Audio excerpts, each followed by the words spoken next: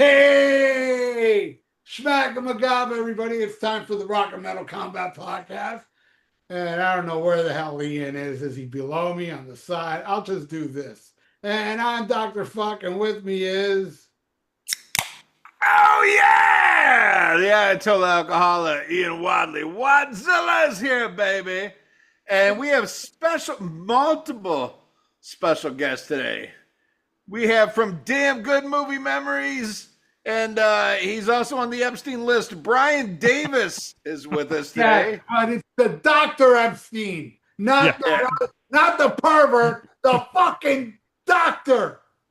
Yeah. Not diddle little kids. That's right. I hadn't seen anything that perverted since I watched the Webster Holiday special back in the day. So, yeah. And then we also have our friend, first time on the podcast, Joel. I'm sorry, Joel, I don't know your last name. What is it? Signoretti. What'd you say? Signoretti. So just call me. Yeah. Y'all heard what he called me. that was racist. Well, thank you so much. You were, for me, you were a late addition. Ralph texts me, he says, "Hey, my buddy Joe's going to join." He goes, "This is the guy who sold me the Smithereens albums." I was like, well, he's okay in my fucking book, I don't care if he is on the Epstein list. Fuck him. He's great. Sounds like a good guy. He's got good taste in music. I paid a lot to have my name swiped off that number. Joel, you should have paid more. Joel is actually on the pedophiles list. Unlike Brian Davis, it was a doctor. Right. And I gotta say, let me hold it up. Joel sold me these right here. All right. What do you got there? How many? Okay, 11, especially for you. Nice. Yep. And that's it. But, these are the only ones I bought from him. But Joel ended up, and I don't have them here handy, of course, because there's so many, a bunch of CDs of, Rare and other Smithereens stuff. And he threw in these singles. Oh, nice. Very nice. Behind the Wall Sleep single. Nice. The Only a Memory single. Nice. And the Christmas Morning single. All right. I hate Christmas music, but it's still the Smithereens. So it's actually pretty good. I'm with you, Ian. I hate Christmas music, but there's some Christmas music I like, and that's a good, catchy little pop song. Good stuff. But anyway, we are here, and I gotta say, lately, this is what I do every morning now. Before I eat my breakfast, before anything, I walk every day. First thing I do when I wake up. And I have now, all I've been doing on my walk is listening to our podcast. Because I never listened to the Rock and Metal Combat Podcast. But, I'm going down to years ago, Oh, wow. And, and I've been doing it I've heard a bunch of shows. And of course, we are the greatest. We don't suck. We're great. But I got to say, man, the whole album review thing, the best part of our show is before the album review. I got to tell you. There's a lot of people who say that. And man, I listened to this one episode, because my memory's so fucked up. I listened to an episode about right when we won the Podcast Kings thing, the drama swirling around us at that time, the amount involved, I had no idea this. Remember Victor Ruiz? Whatever happened to that guy? He still lives in Spain, so he got his, comeuppance, Well, Victor Ruiz pretty much backstabbed Ian. Oh, I guess me too, right? He kind of. I'm friends with the guy. It was a fucked up time. It was a lot of people in the podcast community couldn't accept the fact that we won. No, but it was a landslide, and I think it fucked everybody up, and I'm happy about that. I'm happy that people lost sleep and they got problems and went in debt. That's good. Fuck them. Fuck them. Well, if Right, you right recall, up the ass. if you recall, like soon after that, Victor Ruiz made a Twitter account as Michael Butthurt, and all he Oh, did, is he the guy that did that? That you yeah, got blamed for? and all he did was post videos of me, making it look like I'm Michael Butthurt. Oh, Uh, I didn't know that. I don't and remember. I I found drink a out, lot. yeah. So he ended up doing that Victor Ruiz a fucking shaky prick, huh? God damn. But anyway, and then there were other people involved. There was so many other people in the mix because the way we were telling the story, which is a great episode, I can't remember what album we reviewed, but the story's so fucked up that Ian ends up going, but wait, it gets worse. And it gets worse and worse and worse. And worse. It's just a miracle. We won. We won by a lot. You know, Yeah. it was just insane. It was like an insane thing. And I got in fights with people because, people started. I'm not gonna bring up this person's name. But there was one guy that started with us and I cussed him out. He was a guest on one of our shows. Yeah, I think I know what you're talking about. And I told them off. I was like, fuck you, backstabber. Whatever. Well, I saw him in Rock and Pond. I went up to him and kind of apologized. Hey, water under the bridge, And he looked nervous as fuck, man. And he looked as nervous as a fucking pregnant nun. I swear to God. I remember that. Yeah, and then like fast forward a couple years later, I saw Y&T, the band Y&T, play a pre-cruise, and he was there because he came down for a pre-cruise.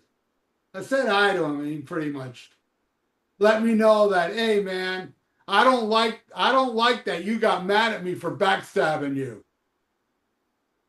Oh, I didn't know about that. I didn't bring it up because it don't matter, but it comes up because he was part of the people that were against us too. I mean, we had everybody against us. We had podcasts that wanted out, get our name off the ballot. They didn't want to be beat by us. They were so ashamed that we were owning everybody. And then Andrew Jacobs. Yeah. He went around just bad mouthing us to everybody that everybody got sick of him. And then when everybody got sick of him and attacked him, he came out going, well, I do like the rock and metal comment.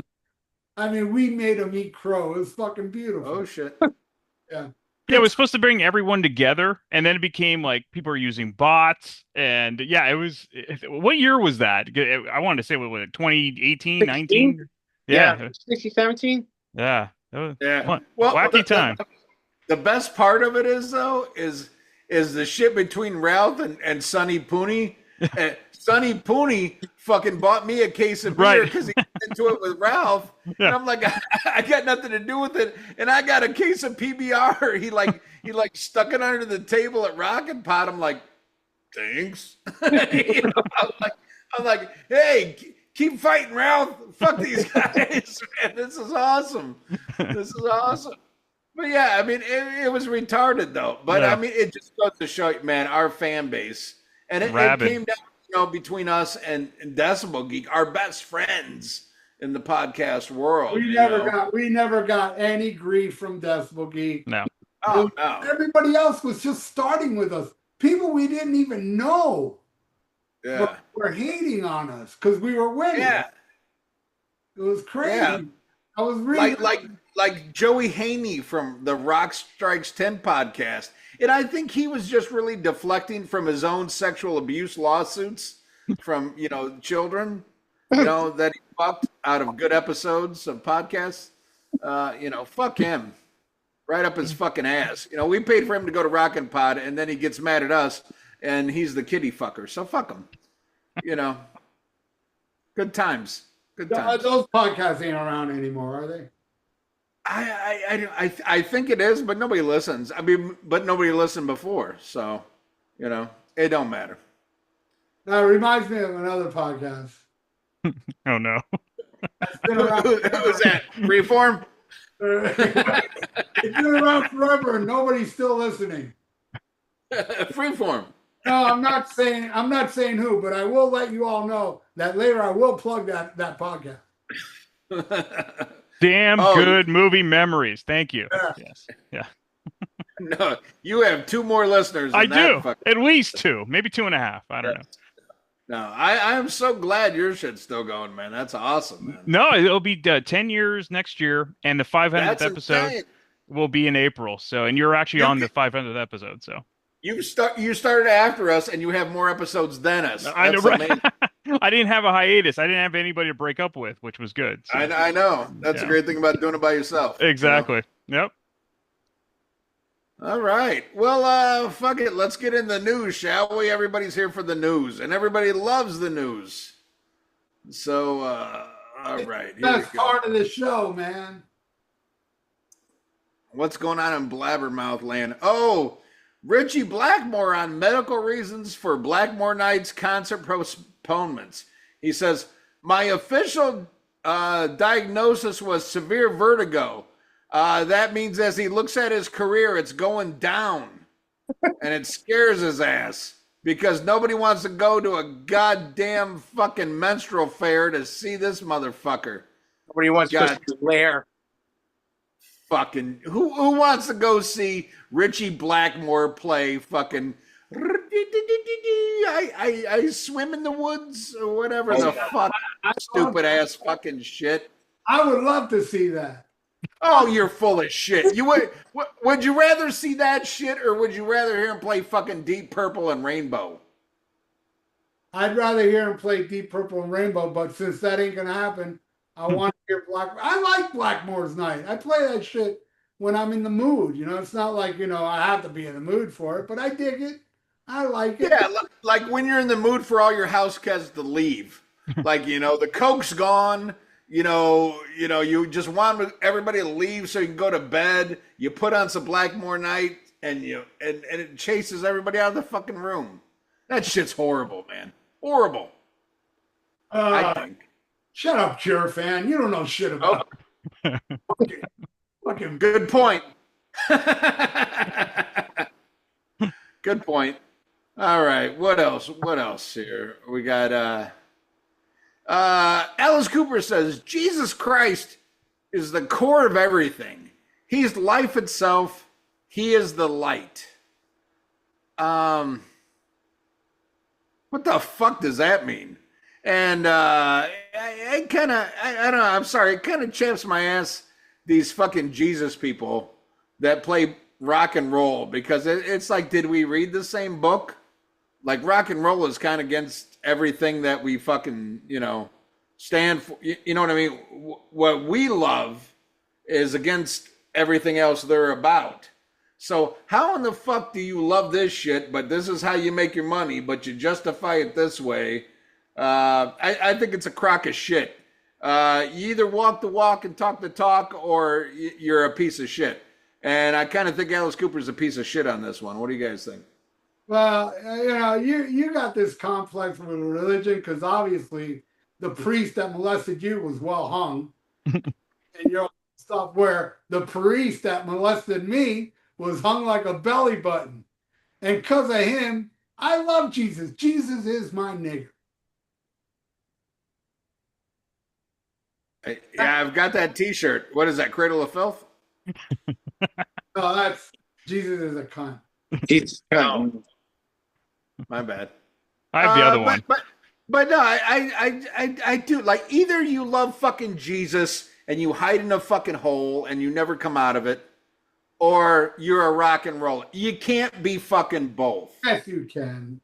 I have more respect for Michael. Well, fuck your I have more respect for Michael Sweep than I do for Cooper on this aspect. he's been a born again Christian now for like almost 30 years now, but he's kind of kept it on the down low until recently. I didn't see what exactly this. I saw brief clips of this article that you're referring to, but I didn't read it per se, so I don't know exactly what was said. But I mean, he did come out state that, and basically, the Last Temptation was kind of about that. him converting to born again Christian. And plus, his father was a minister, and his father was a minister too. So there was no kind of secret there. But I mean, like, I can't exactly comment on what he said in that article, but like what's really fucking the big issue here. But I don't give a fuck. Just keep releasing great albums like that last one, and believe in Jesus all you want. It's all cool. Oh yeah, Alice writes. That guy's been consistent, for a while, writing some good stuff. So, yeah, now, I love the last album. I think it's great, but it's like shit or get off the fucking pot. Okay, if you read the fucking Bible, what he's doing is not fucking cool. But it puts fucking bread on the fucking table. So shut the fuck up. Because you're doing horror movie shit that Jesus wouldn't like, but then you're like, ooh, I love me some Jesus. I just find that fucking annoying hypocritian bullshit. I love Alice Cooper. I love his music, but fuck off on the Jesus shit. Because if you really believe that shit, if you believe the written word to the T, you won't be doing the shit you're doing. I understand. I get what you're saying. Even fucking Striper wouldn't be doing the shit they're doing. So get the fuck out of here. You're all fucking capitalists. I have no problem with that. There is no God. Get over your fucking self. Fuck off. I still think it's better than what Dave Mustaine was doing, though, like not playing The Conjuring. At least Alice will still play all of his old shit, and like he didn't affect his music per se. Yeah, you know why? Because he knows it's all bullshit. Dave Mustaine's a fucking idiot. Thank you. There you go. All right. Let's see what else. What else is going? Oh, this sucks. This motherfucker's dead. Great white guitarist Mark Kendall is battling stage 4 kidney cancer. So he's going to be joining fucking Jack White real quick. They're going to be in the White Stripes together. Or Jack Russell. Jack Russell. There you go. Yeah, he's dead. Stage 4 kidney fucking cancer? That ain't good. No. Really? Kidney cancer stage 4 is like fatal? Fucking stage 4 of anything is bad. Fucking like a death sentence.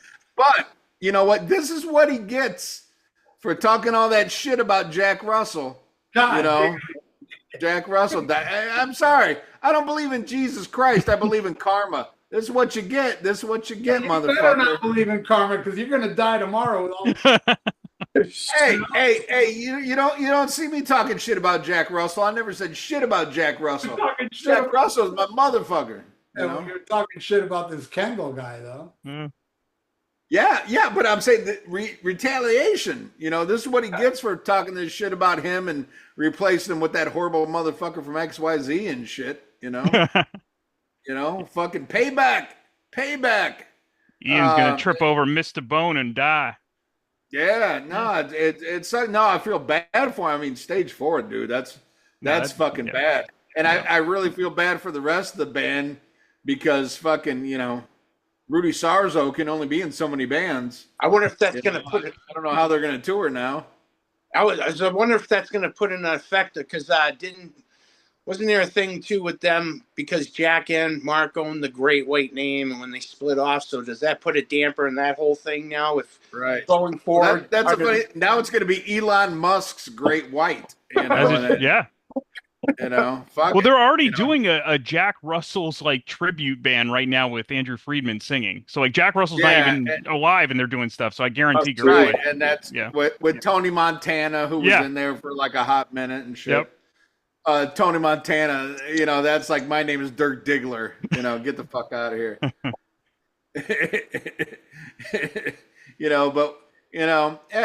I feel bad for the guy. I mean, stage 4, that's a death sentence. It's a death sentence.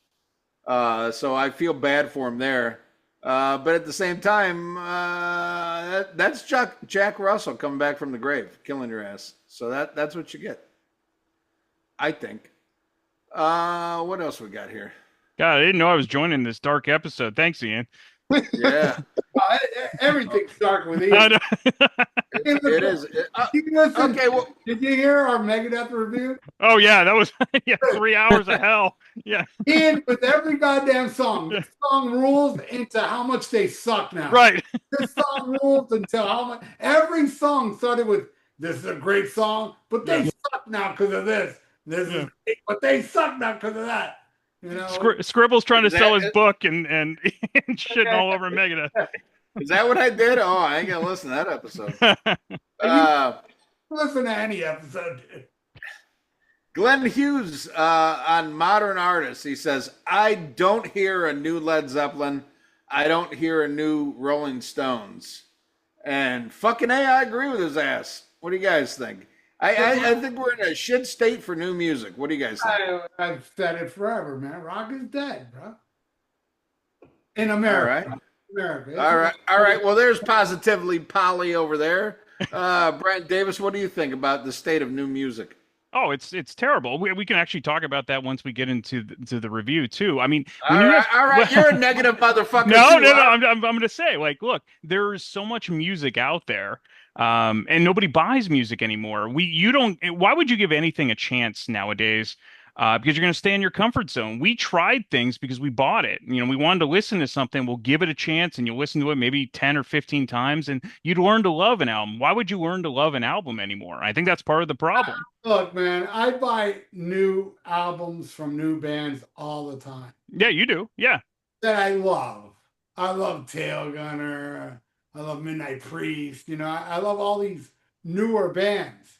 But all these new bands, see, I live in reality. All these new bands I love are not going to be loved by the masses. Therefore, rock is dead. What was it? Oh man, I haven't put it up yet. Somebody paid me to do The Darkness. These two of their albums, right? I was like, bro, this is why rock is dead, bro. Because this is a band that's kind of in the forefront. They're kind of like, you know, they are known. Like them. Joel's got that shit. Yeah, Joel likes that shit. It's like, I do all it. and that's why rock is dead, because of The Darkness. All right. Joel, what? Hey, Joel, no, I got to tell Joel. Joel, since you are a fan of The Darkness, Yes. I'm going to do you a favor, bro. I'm going to recommend you something that's totally up your alley. Tiny Tim. Check out Tiny Tim.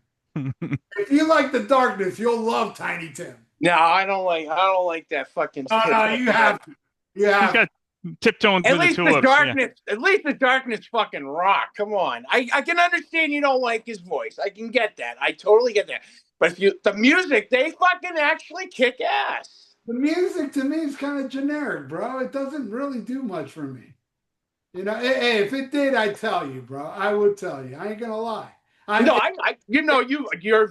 You're very honest with your opinions, and I respect them, man. No, I'm not gonna be like, you're a fucking asshole. Fuck you. Go die, Ralph. Yeah, no, I would like that as well. That should.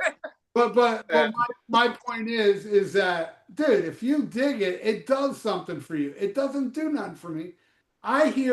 When I hear that song, the music, not the singing, when I hear the music, and even when the guy ain't hitting those high notes, he ain't bad when he doesn't starts doing that crazy fucking Tiny Tim shit.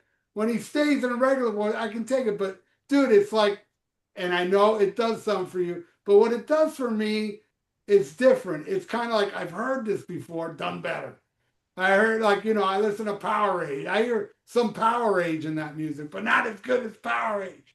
But you think different, and you're not wrong, dude. What Darkness does for you, you're 100% right. I'm not saying you're wrong for liking it. I ain't Ian, you know? Yeah. I like, you know, Joel put up a good post on the Facebook page. He says the two biggest things out of England are The Darkness and Oasis. No wonder their teeth are fucking rotten, you know? And, you know, I agree with him, you know? Fuck England. They ain't done shit since who knows when. No, fuck you. England gave us the best music. Period. Well, they did back in the day, yeah. It doesn't matter. They did it. Period. They All own right. us. They own us, bro. Badly. All right. Let's see. What else? The Beatles. That's all I gotta say.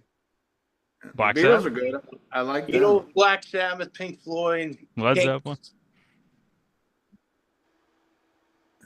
Duran Duran. Yeah. Cure. Uh, The Cure, yeah. Oh, okay. Here we go. So this is a band. This is really big because I've been getting some fucking hate mail about this shit. Holy fuck. Uh-oh. I've been getting a lot of hate mail about jokes I've made about a certain Kiss guitar player. So, all this shit, the greatest guitar player in fucking Kiss, I've made these jokes, about. And it turns out, I'll admit when I'm wrong, he did not die of AIDS. He died of a cranial hemorrhage brought on by methamphetamines. Yes, that's what killed Mark St. John. I'm sorry about that. The other guy died from AIDS. Mark St. John died from fucking meth. And no, what I love, like Kiss is capitalizing on some shit now, and it is kind of fucking dark, man. It's like, okay, you got the fucking Dress to Kill box set came out. Now you got the Alive box set just came out, and now they're kind of fucking trying to like capitalize on like, oh fuck, our best guitar player just died, so they're putting out like a 41st anniversary of fucking Animalize is coming out now to honor Mark St. John. Oh, Jesus Christ. You know how he died? It's crazy.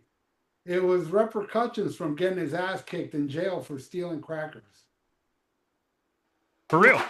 You know what? That sounds as stupid as Ace Frehley died from falling down the fucking stairs. It was AIDS. It was fucking AIDS. Ooh, I fell down the stairs. AIDS. You know, Ian, it's crazy. Words, the shit you're saying.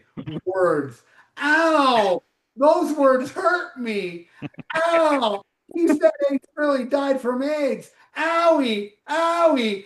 Owie! Ah! I got fucking sand in my vagina! Words! No, hurt me. it doesn't hurt you. It hurts the people listening. That's what I like. Yeah, You're too smart for that shit. I like that. Hey, why do you think I do a show with you? Because words don't hurt me, man. Exactly. I remember- But there's a lot of people listening that get all upset. Their blood pressure gets high and shit. I love that shit. It's like, what am I going to do? Try to explain to Ian, hey, Ian, don't make jokes about Ace Frehley dying of AIDS because number one, it's not true. And number two, it'll offend. Fuck that. Offend everybody. Fuck them. Can't handle words. Fuck you. It's fucking words, you idiot. I Right? texted Ian the day after the whole Black Sabbath concert. I was telling him like how fucking funny he was about. He's like, dude, you have no idea all the shit I'm getting. Like, I think I'm gonna have to leave the podcast, and I ruined Almost Human and all that stuff. I'm like, he was one of the funniest things. Yeah, but that was fucked up. I mean, he was just talking shit. But I know it was great though. But it's Ian. I mean, that was the great part. But over there, It wasn't fucked up. I stand by everything I said. They're not human. I'm just saying. Almost human. Almost human, but not quite. Right. Words. That's all it is. Words. Exactly. You know what's more offensive than me saying fucking Ace Frehley died of AIDS? Peter Chris's drum solos. Get over it. Get over it. That shit's terrible. I love Peter Chris's drum solo, so those words. Yeah. So anyway, fucking Doc McGee over here says he tried to get Ace and Peter to be part of this, the new Kiss Cruise landlocked shit, and it didn't happen, and so fuck them. He tried to give them motherfuckers $100 and a plane ticket, and they turned it down. Fuck them. What else are they doing? Nothing. They ain't doing jack shit. They ain't doing jack shit, you know. And all this shit about Eric Singer. Ooh, is he gonna be here? Is he? Where's Eric Singer? Well, they gave Eric Singer $110 on a plane ticket, and he showed up. So you know, there you go. There you fucking go. Fucking A. You know, Steve Brown would probably play this shit better than Ace anyway. You know, cherry medicine, motherfuckers. Cherry medicine. Uh, That's what killed Ace for real. All right. Don Dokken clarifies retirement comments. He says, what I meant to say is I'm going to slow down. And by what I meant to say was I was going to slow down is I'm going to wait till my house is paid off. Who the fuck is still going to see fucking Dokken? Man, hey, it doesn't matter, man. People will still go see that shit. Hey, people still go see Kiss. There's money to be made. Go out there, Don, and slap on that wig and go out there and talk through songs. I ain't going. Whoa. Are you trying to tell me Don's wearing a wig? That makes sense. Wouldn't be surprised. I think he's been wearing one since they reunited back in the early 90s. Oh, my God. By the way, you saw Motley Crue, didn't you, Ian, in Vegas? Yeah, well, I'm not the best person to ask. I was on a thing called psilocybin, so I laughed. All I can say is I laughed a lot. Like I was laughing a lot, you know. And then I realized that I spent $100 on 2 tickets for me and my buddy to go see him. Then I started crying. Yeah. But before that, the shit was kind of funny, you know. It would have been a lot cheaper to see Dokken. You probably get the same amount of laughs. I know. Oh, yeah. Well, motherfucker, here's the thing. Dokken was there the night before we got to Vegas. And no, what was it? I think Dokken was there the same night, but I didn't find out till the next day. And I was so pissed. I was like, oh, fuck, I'd much rather see fucking Dokken than fucking Motley Crue. But at least $80. At the same time, it was an experience. It was fun, you know. I saw freaking White Snake on mushrooms. That was an experience. Yeah, see, there you go, man. It's like sometimes it's like, you know, you're going to see some bullshit. Might as well have fun, man. Get high. Go have fun. Well, it was a hair metal thing. It was Slaughter, Winger Acoustic. That was Kip Winger Acoustic, and then Warrant. It was funny. The place oversold where it was originally, and it got moved to an arena. So the seats where I was sitting were all kind of like sporadically filled. And by the time Warrant was on and fucking the mushrooms were kicking in, the kid in front of me was going like this during fucking heaven, and I'm fucking peeking and laughing my balls off. And the lady a few seats down with her husband's looking at me laughing because I'm watching this kid fucking laughing because I'm just letting go and having a good time because I'm fucking tripping my balls. Hey, dude, I talked about on this show, man. I took heroin on accident. Was not my plan. You know, and I saw like Poison and fucking Great White and fucking LA. It was fucking terrible. Rat. And yeah, I thought I was on ecstasy. Turns out I was on heroin. And I tell you what, even on heroin, CC can't play guitar. I'm sorry. That shit's terrible. Terrible. All right. Okay, here's something I think Ralph liked this shit. I was kind of surprised about. I thought he was going to kind of shit all over this, but I think I saw something where he digged it. There is a new Metal Church album coming out.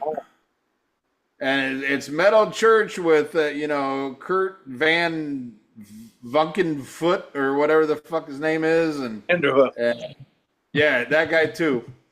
And some other guy that's been in the band for 2 minutes. And Dave Ellefson and Ken Mary and this singer guy.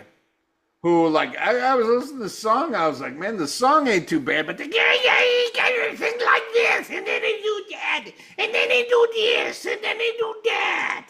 And I'm like, what the fuck is this shit? You know, it's like, I like the song, but it's like the singer, I'm like, get the fuck out of here. And then I'm seeing so many people online fucking digging it and loving it. And I can't really remember because it's been so long. We reviewed the first or the second Metal Church album on the show. And I remember I wasn't really like a big fan of it. You know, I didn't listen to them back in the day, but I knew a lot of people were into them. You know, so it's one of those, like, I was eager to do the episode, but man, it didn't really grab me. But I'm seeing a lot of shit online. Like, all these people are like, "Oh, don't sleep on this song. This shit's really fucking awesome." The reason why people are digging it is because the guy sounds just like David Wayne. Right. A lot of people love that first Metal Church. Okay. A lot of people worship. Hey, I think it's their best fucking album. I think their first two albums are the best, and I think this song is the best thing they've done since The Dark. You know? Okay. I love that vocals is what sells it. I mean, the song is fucking badass, but the vocals completely David Wayne, and I welcome that shit 100%. Okay. Well, that makes sense though, because like musically, I thought it was good, and I was like, "Oh, this ain't too bad." But the guy's fucking, and his mannerisms, man, were gay as fuck. I mean, he's got these bug eyes, you know, already, you know, and the receding hairline worse than mine, and you know, and he's like, you know, like, what the fuck is this shit? That was my only gripe with that was the singer. Like, I mean, like, not his vocal style, but his visual. Like, he just. Oh yeah, it was terrible. Looked out of place. He looked out of place. It looked like fucking like Rudy Suarzo, fucking Juan Croucier, and fucking Gary Sharon had a kid. And he's a front man in a thrash band. You're like, you know, get the fuck out of here with this shit. But like the guitars and the music. Get the fuck out of here, you anti-metal faggot. Seriously, god damn, dude. You ain't anything. Hey, you ain't anything. Give me a good singer. Give me a good singer. Don't give me that fucking. David Wayne's a killer metal singer. Yeah, not a fan. Not a fan. And Eric Gardner's the greatest metal singer ever, and you can't even acknowledge that shit either. Who? Exactly. He said Lil Wayne. Little Wayne? Yeah, greatest metal singer ever. Yeah, exactly. Yeah. So anyway, I mean, I liked it musically. But you know, people were making a big thing about like Ellefson being on it, but I didn't hear anything on the song like, "Ooh, that sounds like Ellefson." You know what I mean? There was nothing that stuck out like it was like him on bass. But I mean, he was there, so the name sells. But it wasn't bad. I mean, like the riff, like the guitars and shit was good. The name sells. Yeah, the name sells. But who's buying? David, yeah, exactly. David Ellison sells, but who's buying? Yeah. Come on. Exactly. So they'll probably sell about as many as every other Metal Church album. Exactly. So there They you go. ain't gonna sell shit. It's just like what I was saying earlier. Shit I love now, new shit, doesn't sell. Nobody gives a fuck. But you know who does? Me. So I don't care. You know? It doesn't matter to me if the masses like it or not. I don't give a fuck. As long as it sounds good to me, I'm going to support it, man. Fuck the masses. The masses sucked ever since, like, 84. 84, the masses started to suck. You know? We had it together back then with Aaliyah. Yeah, Donnie Iris, bitch. That's a good song. I love that shit. Of course that's a good song, because it was done before 1984. Yeah. If more metal bands sound like Donnie Iris, we might not be in this predicament. Donnie Iris was in metal.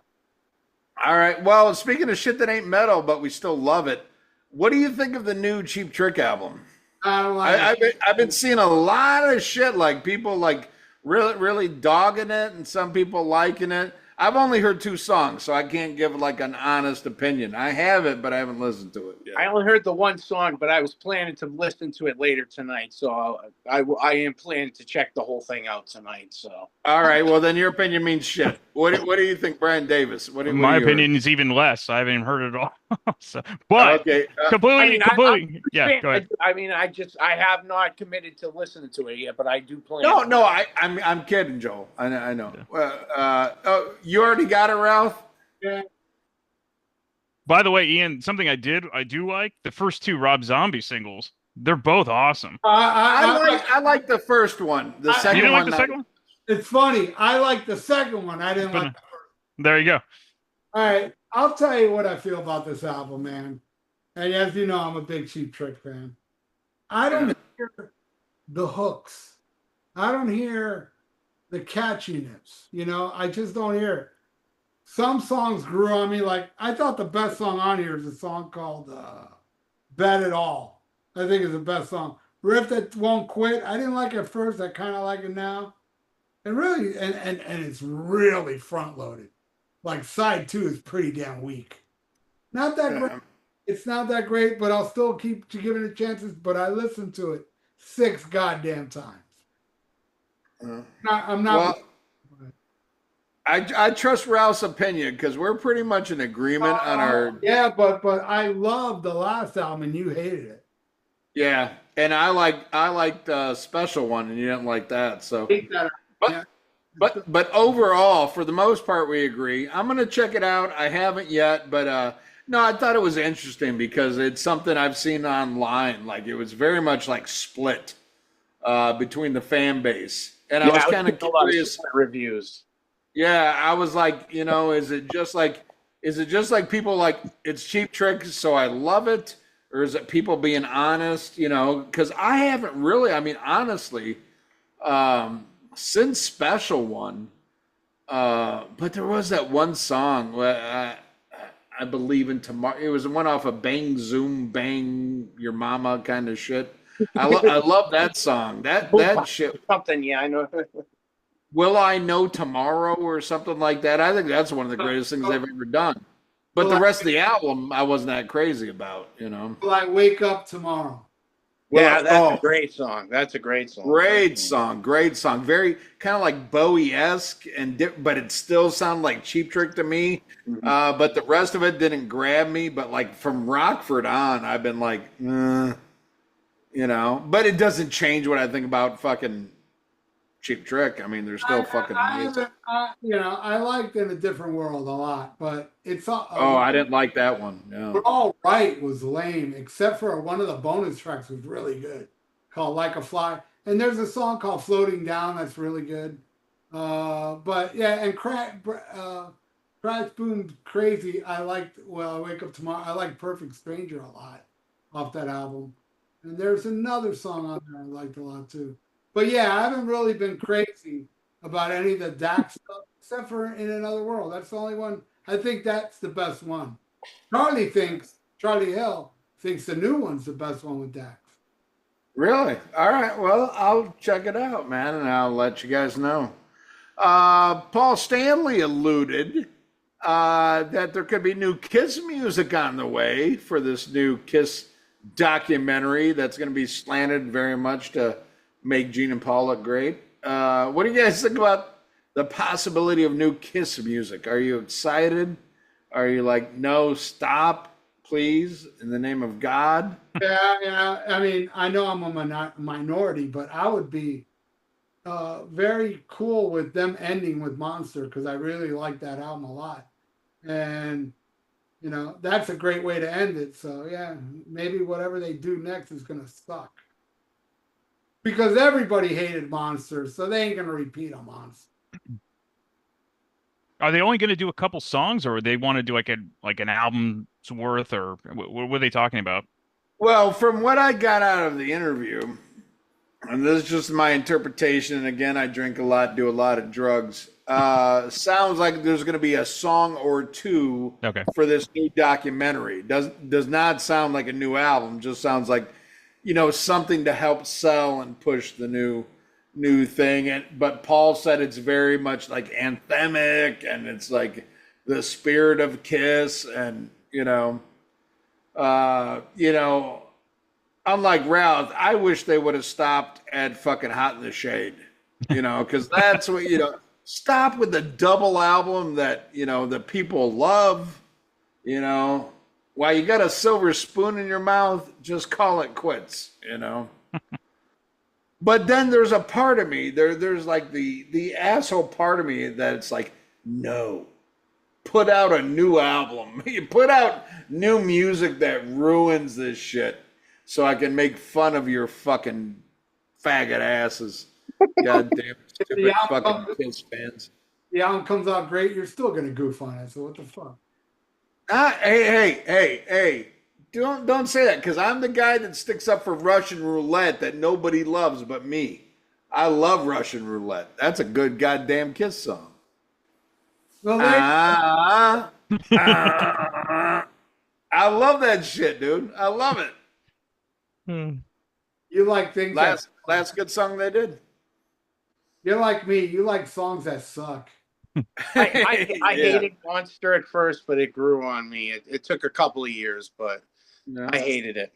Hey, I like Modern Day Delilah. I like that fucking song. Russian Roulette I liked a lot, and I liked Say Yeah. I thought that was a good song. But Oh, I hated Say Yeah. That shit was terrible. Okay, you just lost 25 cool points. The one song that was really gay was the one with Paul go, you gotta look over your shoulder. Like, come on, give me a fucking break. Oh yeah. Stan. Stan, yes, that's it. Yeah. Oh yeah, that shit was terrible.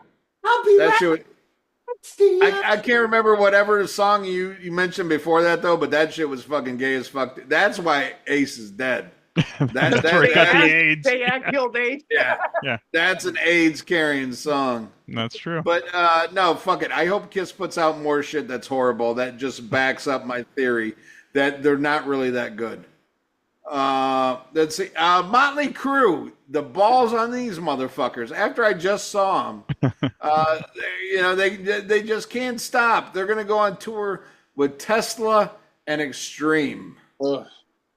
And I'm like, it's like, God, I feel so bad for Tesla, because Tesla's a band that is so much better than fucking 95% of these fucking bands, but they're always going to be stuck in opening up for schlups. And then you add Extreme to this shit. Extreme is extremely fucking terrible. And gay. How are the members of Extreme? If Ace Frehley had the same AIDS meds that these guys are on, he'd be alive today. Like you could take a stumble down the fucking Exorcist stairs and still be a fucking live. If you were on whatever fucking fucking fag meds that fucking Extreme's on, fucking Extreme. Can you imagine Nikki Sixx 20 years ago? Hey, Nikki Sixx, in 20 years, you'll be touring with Extreme and Tesla. You'd be like, oh, yeah. Fuck those bands. We don't want to be associated with that shit. Now they'll take whatever they can get. Oh, yeah. Remember when he was all like, he was bitching about like Poison? Like, ooh, we would never, we're different than Poison. And then they go on tour with Poison. He's such a bitch. Yeah. No, it's quite comical. The funniest thing I ever seen Nikki Sixx say was when the Karabi album came out. He said, "We recorded a song called 100 Miles Away or 1,000 Miles Away, but we're not going to release it because if we were to release that song, it'd be a #1 hit, and we don't want a #1 hit." and have you heard the song? It's a good song, but no way that would have been a #1 hit in the grunge 90s. No way. Hey, Tommy Lee said the same thing about Planet Boom. Planet Boom what made him leave. Oddly, because I remember when Planet Boom was new, Howard Stern fucking loved it. He loved it and he praised it. Who loved it? Howard Stern. Oh my God. And Howard Stern had a huge audience at that time.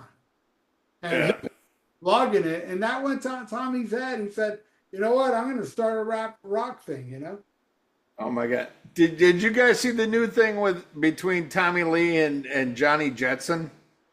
Who's Johnny? Yeah, No. something about the Methods of Mayhem stuff. Yeah. Yeah, I tell you what, Joel, you talk about it. I gotta piss, but that shit's funny as fuck. I'll be right back. Yeah, so some to the effect that, friggin' it was originally going to involve Snoop Dogg or something like that, and something, and I forget exactly what, but yeah, then he claimed that he wrote a lot of the material that didn't get used and got screwed out of the deal, and then friggin' Tommy came back. Ian would probably know what Tommy came back with, but I know what this Johnny Jetson guy said. So, but it's like who said what? How much did Johnny's claiming that he wrote on the Methods Project and all that stuff and played on? That shit got so much promotion. The video with Fred Durst, then they got Ozfest. Yep. Yeah, I remember the Ozfest. Ugh. It got pushed a lot, and it just bombed. Yeah. Yeah. And then he did a solo record, which I actually saw that tour. A friend of mine worked at this place called Billboard Live, and Was that Hold Me Down song? Never a Dull Moment, I think was the name of the record. Yeah, I remember he had that Hold Me Down song. Oh, it's terrible. I went to go see it, and I remember he played Fame from Bowie. It was so embarrassing. The whole thing was fucking terrible. And I met him afterwards because they had a thing that if you bought his CD, you get to meet him. And I had a bunch of Motley vinyl. I had Shot of the Devil signed by everybody but Tommy Lee. And then I'll show it to you now. I have a bootleg that I had him sign. And he was like, "What's this?" Hold on, let me show you. I had him sign it. Here it is. Right here, he signed it. He's like, "What is this?" It's Shot at the Devil live.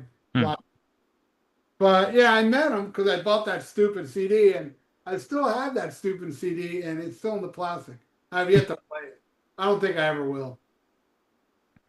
That was a brutal year for Ozfest. You had Methods of Mayhem, Limp Bizkit, Crazy Town. So I did get to see Shifty Shell I was Shock. there. So, yeah. I missed that. Lincoln Park. Yeah. It was brutal. I didn't go to that. Oh, dude, you just said something that made me fucking sick, man. I was watching this video the other day. They were talking about it was one of those oh god, he's got a great channel, that Rick Beto. You know what I'm talking about? The guitar player Rick guy. Beato. Yeah, great dude, great channel. But he's talking about like, is metal dead? And he's talking about like, metal songs on Spotify and what's like the biggest selling shit. You know who the biggest selling band is overall? Is fucking Linkin Park. Wow. And I'm like, what the fuck?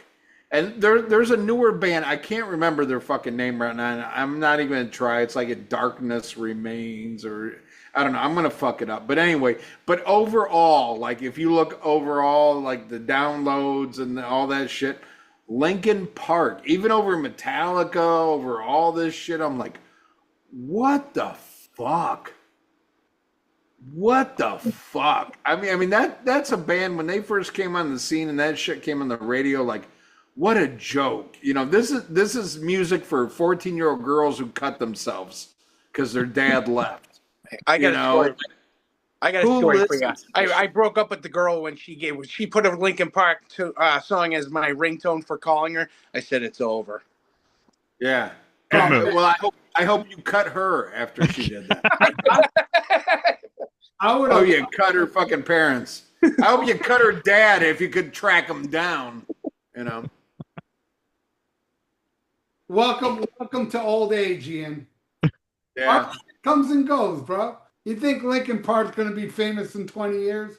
It'll probably be fucking some Bobo shit. Like, I don't know. Well, I mean, that's a scary thing is Linkin Park are like 20, 30 years past their prime. I know. And right now they're number one over Metallica and shit like that. And I'm like, what the fuck? And they were That- done that- for like that's- 10 years. They were like inactive, like what, almost 10 years or something. Yeah, and now, and that just shows you how horrible that music is. They're back now, and they have a girl singing for them. If a girl can sing your shit, how fucking Jesus fucking Christ! I'm sorry. Don't look at your wife, Brian. Don't look at your wife. She hates Goddamn. Linkin Park. She hates that shit. So, Thank you. Yeah. Hey, I love Heart as much as the next guy. yeah. Jesus Christ! If you're a metal band and a chick can take over, what the fuck does that say about your music? She would agree. She would agree. Hey, the only metal chick should be into are pots and pans. Yeah. And the amazing cat. You know. Satan goes to church. I bought that damn CD, The Great Cat, Worship Me Die. I bought that shit. Oh my, that shit's fucking unlistenable. Is that cat with 2 T's? K-A-T. Right. the audio listeners aren't going to get that one yet. Well, watch the YouTube. Okay. Yeah. All right, so here we go. So Queen's Freddie Mercury is getting celebrated with a UK Royal Mint coin. And apparently he's saying, like, I officially died from AIDS. You know, fuck Ace Frehley. Don't buy the Ace Frehley coin. Hey, Freddie Mercury died of AIDS before it was cool. It's true. Exactly. He yeah. Him and Rock Hudson. Yeah. Yeah. He died of AIDS because he sucked dick. Yeah. Ace died because his music sucked dick. You know, there's a difference. There's a difference. Ow, words, ow. All right, what else is coming up? I'm offended. No, you're not. No, You know you're what? not. Oh, here's a great tour of 2 bands with no original members. Leonard Skinner and Foreigner. Yeah. Announced the Double Trouble Double Vision tour. What the fuck? The double What the pension tour. You know, and the funny thing is, you know, who made the biggest stink about this, of course, was Eddie Trunk.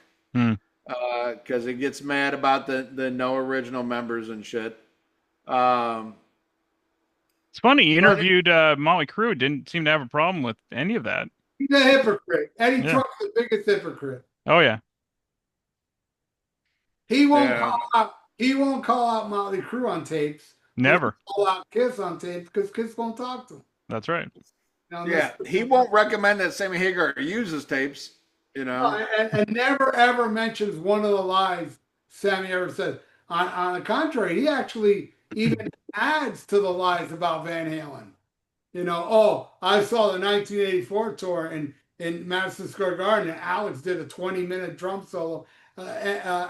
Dave was out there for 50 minutes with his sword. There's a bootleg on it. Alex's Van Halen was under 2 minutes, and the Sword thing with Roth was under 1 minute. So he's not Sammy talking lies about the Dave era Halen, you know. By the way, I haven't seen. I saw the headline of the new video you got, Ralph, but I haven't seen it yet. About Alex's, he's doing another book now, and you know, maybe just give a teaser for people, you know, so they go check out the video. So he's not doing the Sammy shit in the new book either. Oh, and yeah, I highly suggest people out there go listen to that episode because you got to hear the things I say about people that think Sammy Hagar is a nice guy. I go like 5 minutes ragging on people like that. But Alex Van Halen wrote it's not even a book to read. I believe it's like flyers and pictures and stuff. And it's from 78 to 84. Nice. Yes. You know, and I agree. Like, you know, you said for all those people think Sammy Hagar's a nice guy. You know how Ace Frehley did catch AIDS was saying, well, I like the first Montrose album. That's how he got AIDS. You know? it wasn't like sucking dick. I mean, that was like it didn't help, but how he really got it was, defending the first fucking Montrose album. That's what I heard. So I always wanted to tell you guys this story, but never had a chance to. So it involves my dad, David Lee Roth, and Sammy Hagar. So I had just bought Roth's Greatest Hits. They come out in '97, mostly because I wanted "Don't Piss Me Off" and some of the other tracks I didn't have.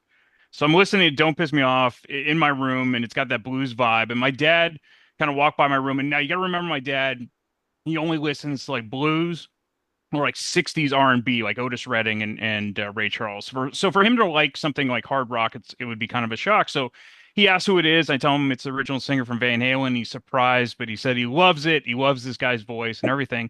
And I tell him, like, well, it's kind of funny because there's some people that are music fans that say like the other singer in Van Halen has a better voice. And my dad says, okay, play me the other song of the other guy to compare. And all I had was the Footloose soundtrack. So I had the Girl Gets Around. And so I put that on, and he listens to about 30 seconds once the vocals kick in. And I'll never forget this because he rarely swears, but when he does, it sort of means something. And he kind of looks at me and he says, whoever said this guy has a better voice would be fucking wrong. And he just turned around and walked away and never said anything again about it. So that is my dad's story about how he hates Sammy Hagar. Awesome. All right. Yeah. Well, before we go into the fucking Smithereens, I just want to say, out of respect for our guest, stop making fun of Ace Frehley because Joel has an AIDS quilt on his shirt. No, I don't. It's my friend's record store. It's perfect. Oh, okay. All right. I'm sorry. I thought that was an Ace. I am a Kiss fan, but I'm not going to get butthurt of you saying Ace had AIDS. It's okay. Don't worry. That's why I love you, Joel. I'm so glad you're here. But Joel, I'm going to let you go first. Fuck it. That's the news. But you were the guest. Ralph let me know at the 0 hour you were going to be joining us. But he said, hey, this is the guy who got me my Smithereens albums. So how did you discover the Smithereens, and where do they fit in with, like, obviously you love metal and stuff like that, but how did you discover this amazing band, the Smithereens? Well, I've been a music fan since I was, 4 years old. I mean, I got into music really young and through my parents and stuff. But, growing up, I was a Kiss fan, but they also branched me into metal too. It branched me into Priest, Maiden, and specifically Bay Area thrash, and that's how I became aware of Ralph through the Get Thrash documentary and his band doing the music in the film. But anyways, Levin came out 1989. As soon as I heard "Girl Like You," that riff, I was just like, because I was getting into Cheap Trick at that time too. And I thought, to me, the Smithereens were like my Cheap Trick for my era, me growing up, that power pop band. And they were better. They were actually more rocking live than they were on record, kind of like Cheap Trick. You hear a lot of Cheap Trick on studio. Some of it's kind of weak, but when you hear it live, it's much better, much more rocking, But, so I became a fan of them around then, and I've seen them 7 times. Nice. Prior to Pat, yeah, right. I haven't seen them since Pat passed. I thought about it because they've had Marshall Crenshaw. Now they've got John Cowsill of the Cowsills performing. Yep. And they're actually coming around here a few towns over in Derry in February, I think. So I'm thinking of going to check them out. But yeah, I mean, great 2.5 hours, just them, and they kicked ass. And whenever they do, like my favorite time ever when they play, they would do House We Used to Live In. They would go into Sparks from Tommy from the Who. They would extend it. And it was fucking, it was, and when they would go into it, it was like you were live at Leeds listening to them. It was like, it was just that fucking tight live, so, but, yeah. Did you ever see them with Robin from the Gin Blossoms when he filled in? No, well, that's what I was gonna say. I wanted to see them, but he never came around here with them. But yeah, when he did when they did the tribute show and shit. Yeah. Oh, he hands down was, and it's funny. I can't stand the freaking Gin Blossoms, But I'm not going to give credit where he kicked ass, and he is a fan, so I got to hand it to him. He's got that going for him, and he kicked ass. He did do a great job when when he has filled in. I've seen videos. He's great. Yes, Nice. absolutely. Yeah, I got to cut you off right there and say, something similar to that is, uh, Michael Sweet with Boston. Yeah. Of course, at the Rockin' Pod, where Ralph's like, "No, you're not being part of this interview because you're gonna fuck this shit up." And I was like, "Yeah, you're probably right." But I did pull Michael Sweet aside and I said, "Look, I'm not a fan of Striper, but you did amazing with Boston." And that's the picture I made the meme about where I joke about telling him there is no God. That was me talking to him about like, wow, you really did an amazing job with fucking Boston. And I just want to say thank you and awesome. But like what he was saying, I used to hate Gin Blossoms. When they came out, I really fucking hated them, like with a passion. Now they're like a guilty pleasure. Like I'm embarrassed to admit I like, some fucking Gin Blossom songs. But I would like to hear what he did with the Smithereens. I've never heard anything like live or anything like that, so I don't know how he did. I mean, Pat D'Annunzio had a fucking very specific voice, like how do you replicate that? But the same thing with Brad Delp. Like, how do you replicate Brad Delp? Michael Sweet did it, and he did it like fucking amazingly. But yeah, I never got to see that. But Brian, how did you find out about this band? Yeah, so I had definitely heard like Blood and Roses and A Girl Like You when I was growing up, and I love those songs, but I was like 10 years old at the time, so I didn't have money to just go out and buy albums for everything I heard, so I kind of forgot about them for a while. What really reintroduced me to them was the movie Romeo and Michelle's High School Reunion, which actually came out in 1997. And it's a very funny film, and Blood and Roses is featured as sort of a theme song for the Janine Garofalo character. And so this is when I got the compilation Blown to Smithereens, and I was totally hooked because that is everything, up until like I think it was like 94 or 95. So Yep.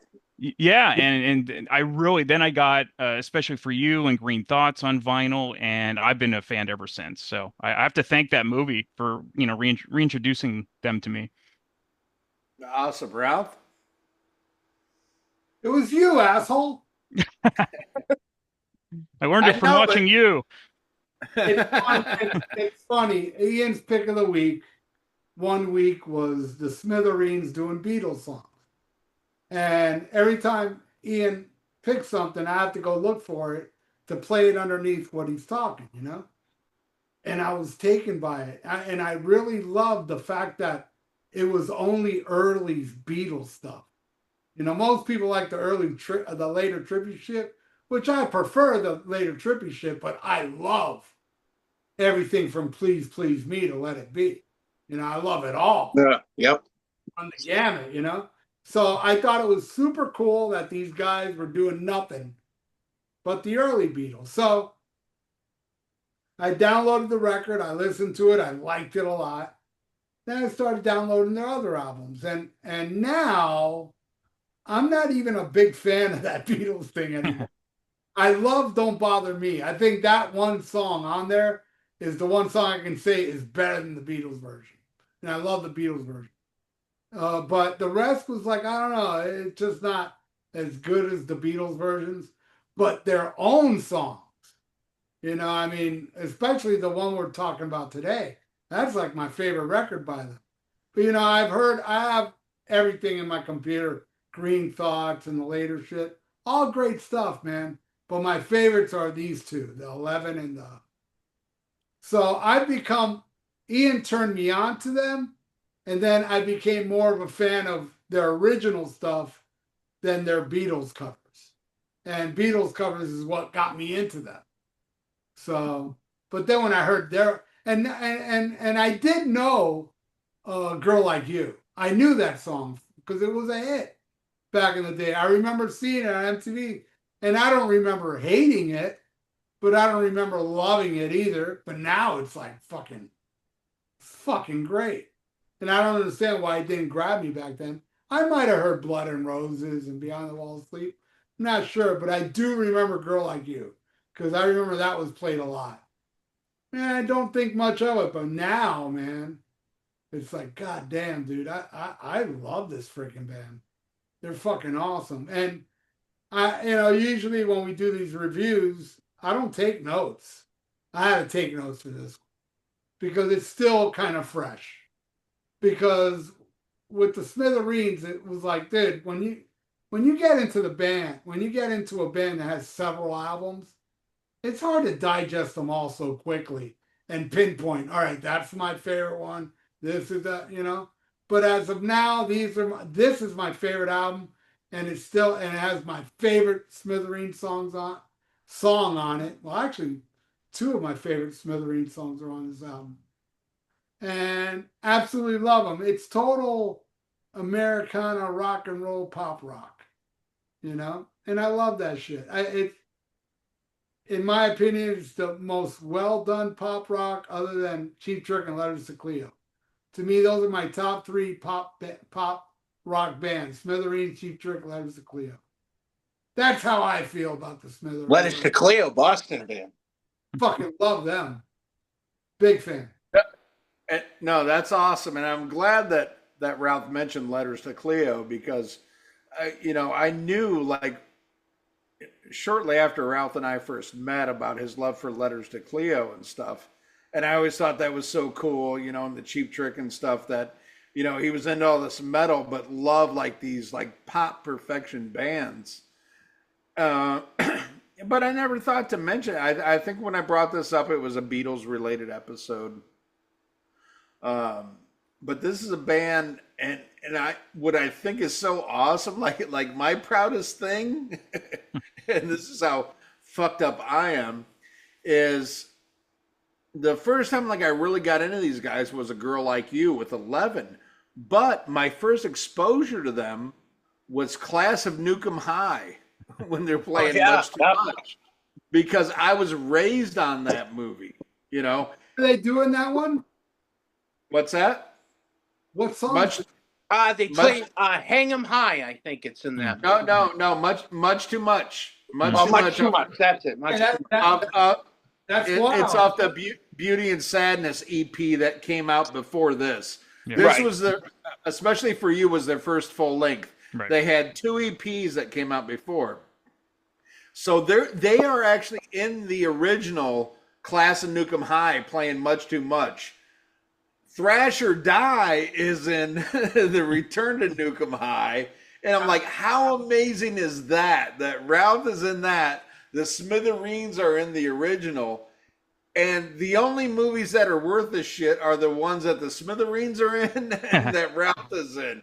Because there's all these other sequels that suck. But the good ones have the Smithereens and they have Thrash or Die. That's fucking amazing. And when Ralph told me the story about, Lloyd Kaufman, I love this shit. I'm like, oh my God, you're right there with the Smithereens. Lloyd Kaufman signed, he called me a musical genius. Yeah.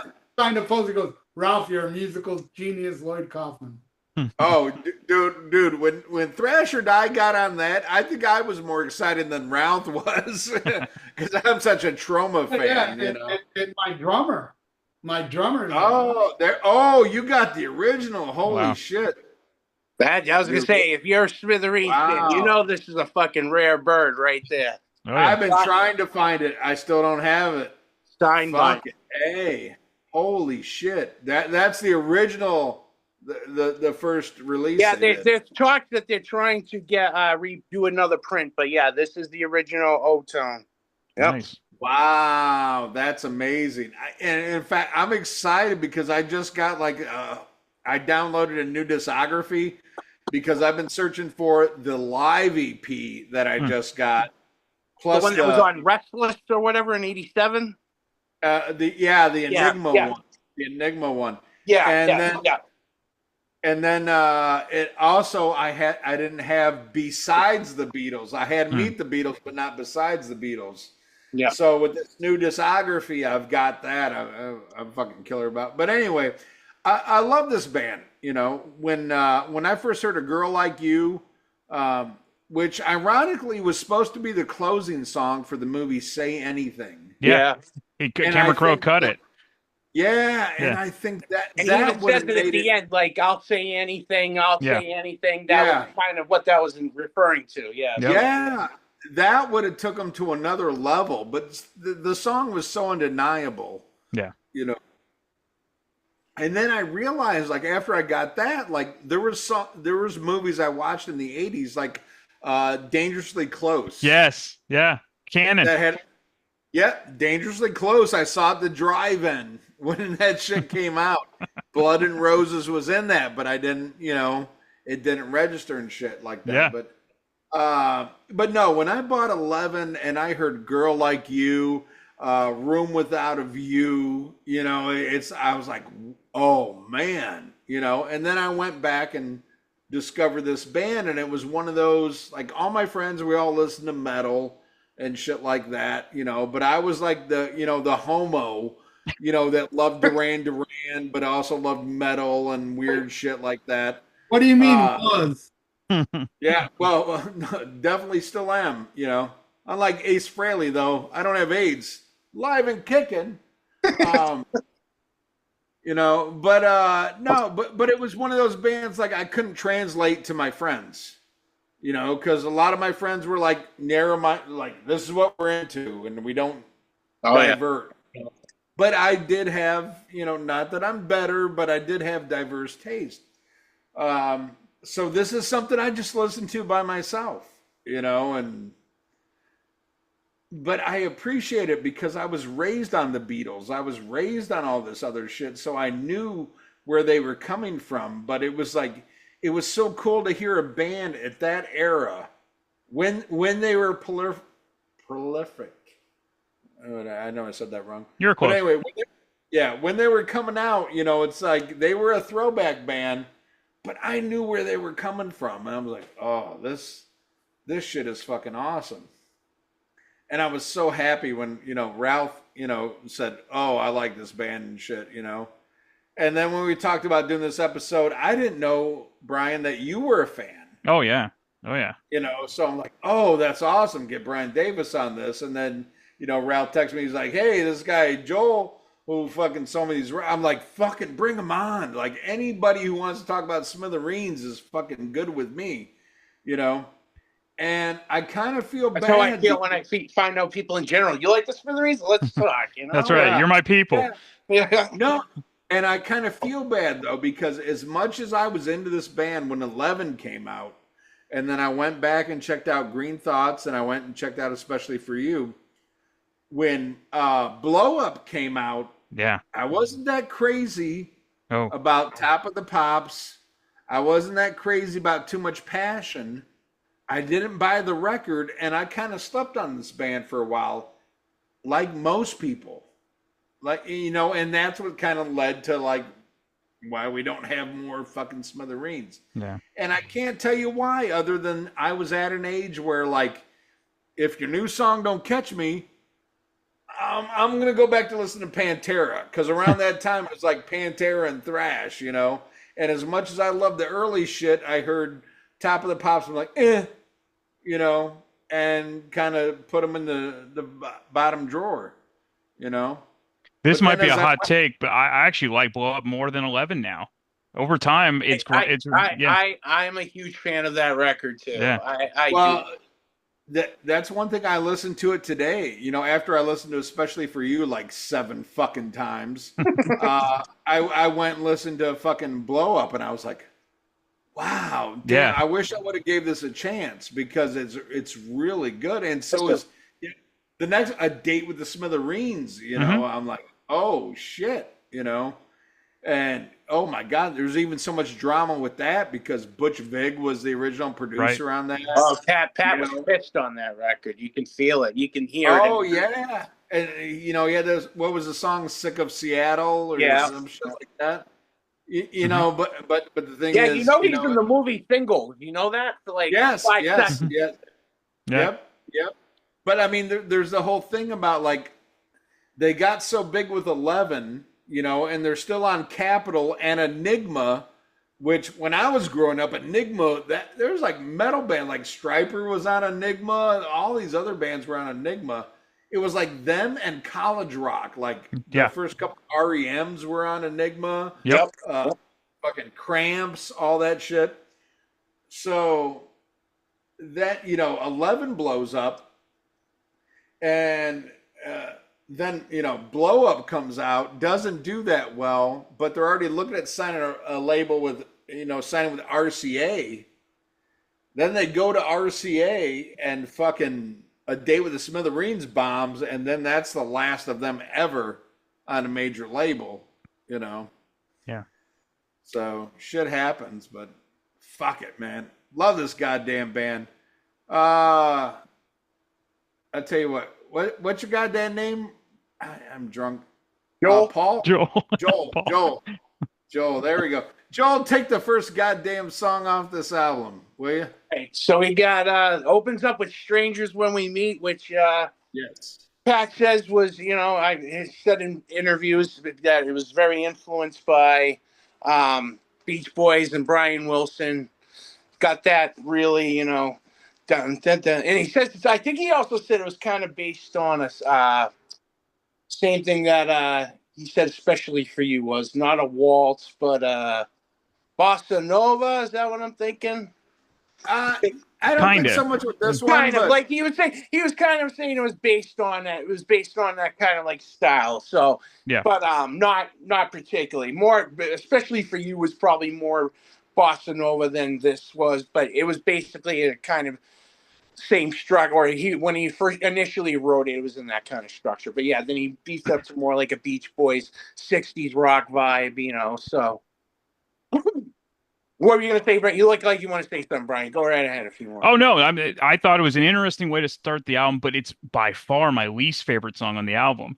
And you mentioned the Beach Boys. Like I think they tried and it just fell flat. And it's also one of their earlier tracks from '84. So yeah, I would have put this, if I was going to leave it on the album, I would have put it as the second to last song, which is notoriously the worst song on the album, usually done by producers, or I would have left it off completely. I will say forever, I do like how Pat would incorporate classic films into his lyrics and songs. So, for example, this title is from a movie starring Kirk Douglas and Kim Novak in 1960, and I like how there are further references to like pop and film culture coming up, and so I really like how Pat was such a film buff and he would incorporate it into his music. All right. I'll take it next. This is a cool thing. Luckily, on Wikipedia, they have a lot of these songs. Yeah, broken out a little bit. What's that? They're like broken out. Like you can really kind of find out a little bit about it. Oh yeah, yeah. But he's talking about "Strange When We Met." Well, I'll say first what I think about it, and then I'll read what Pat had to say about it. This was the fourth single from the album.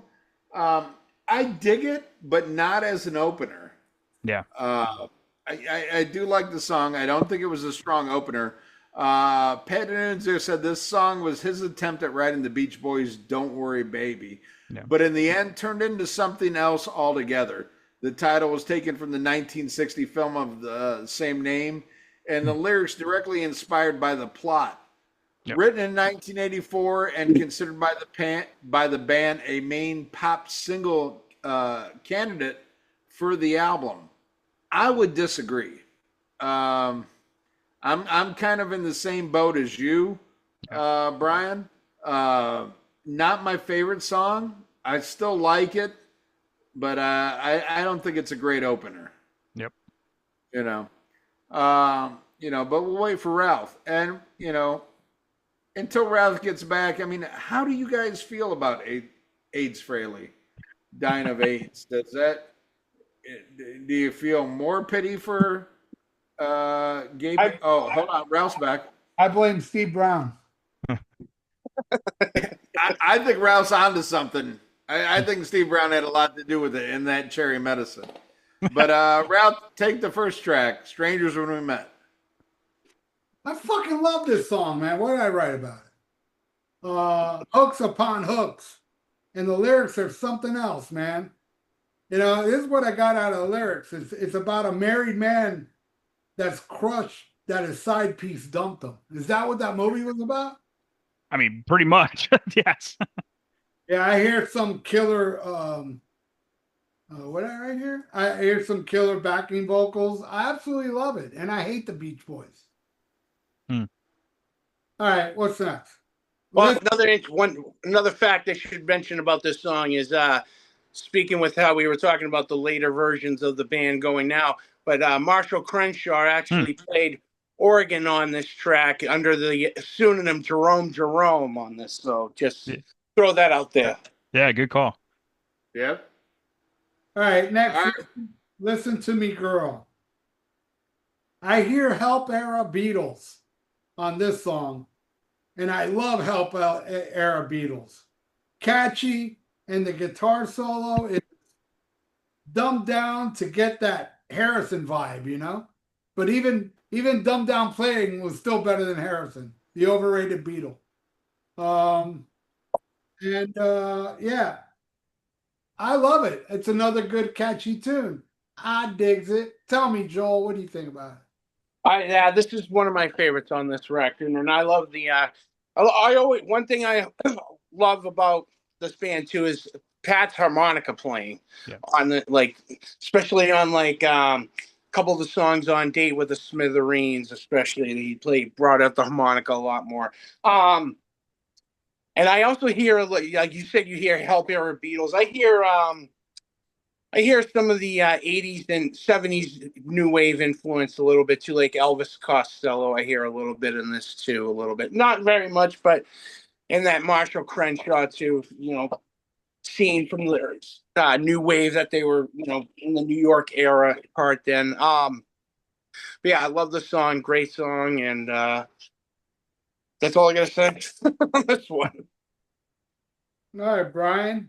Yeah, this is totally what I'm talking about. Like where the first song didn't do anything for me, but this is what I wanted. I think this is a great throwback to all those great garage rock bands from the 60s. This is something you would have heard like on the Nuggets compilation or something. I think I hear like the first Rolling Stones albums with like Brian Jones. So like Joel was saying, like the harmonica, I like that harmonica lift, and how the song kind of just grooves the rest of the way.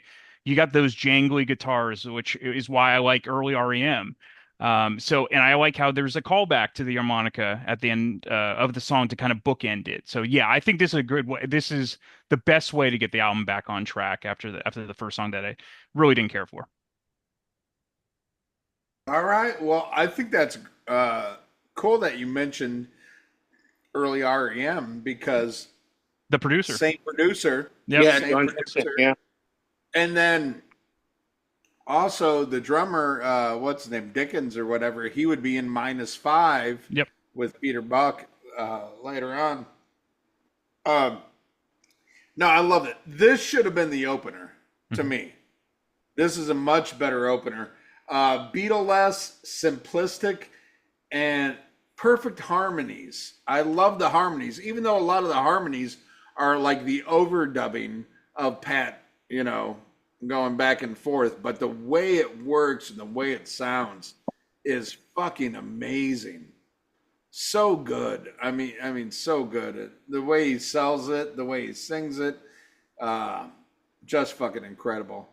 I'll take the next one, which is Groovy Tuesday. Groovy Tuesday, not a standout to me, but still fun. While metal went like all like foo-foo, this band went 60s, and to give a little blowback on this song, let me go to this. Groovy Tuesday was a recently written song by D'Annunzio, Steve Forbert, and Mark Johnson. Forbert said, Pat D'Annunzio and I and Mark Johnson were all drinking and hanging out and wanted to write something just really off the wall, kind of goofy. We were talking about psychedelic groups like the Flower Pot Men, the Chocolate Watch Band, and we just wanted to make up a song. Inspired by listening to the Who Sell Out, the three songwriters picked up guitars and wrote a song. At one point, Groovy Tuesday was set to be the title of the album. Again, not my favorite, but not one I would skip. What do you think, Ralph? I love it. Even though I'm fairly new to this group, uh, I can't get. I don't see myself get sick of this song. This song is kind of timeless to me without living with it that long. But I have a feeling that in the future, I'm never gonna get sick of this song. One of my favorites on here. I really dug Groovy Tuesday. I dug it. Brian? Yeah, I think it's kind of like the sister song to Listen to Me, Girl. I think it makes perfect sense that they were listening to The Who at the time. And because the guitar solo, that like kind of breakdown is totally something Pete Townsend would have done. I totally get it. That's my favorite part of the song. But again, the entire song as a whole is fabulous. And then for me, the outro sounds very much like the Yeah. Yardbirds, totally cut from the same cloth. Yeah, what do you think, Joel? Yeah, that's my favorite part of the outro, the vocals in the end there, Yeah. it fades out and stuff, and a great guitar solo from Jimmy on this. They're very reminiscent of like Who, Sell Out, and Quick One era, very, very, very much here. But yeah, that's a great, and like you said, a great sister tune to listen to me, girl. So, but yeah, you can't go wrong with this song. All right, Joe, take the next one. Cigarette. Well, take a cigarette. So yeah, so cigarette. This was one that goes back to like 1984 when they were touring over, and because for a while they were touring over in Amsterdam and in the Netherlands area and stuff, and I think they played with Otis Blackwell for a little bit, if I remember correctly, or something. And that was over in that time frame. They were their backing band. Yeah. Huh?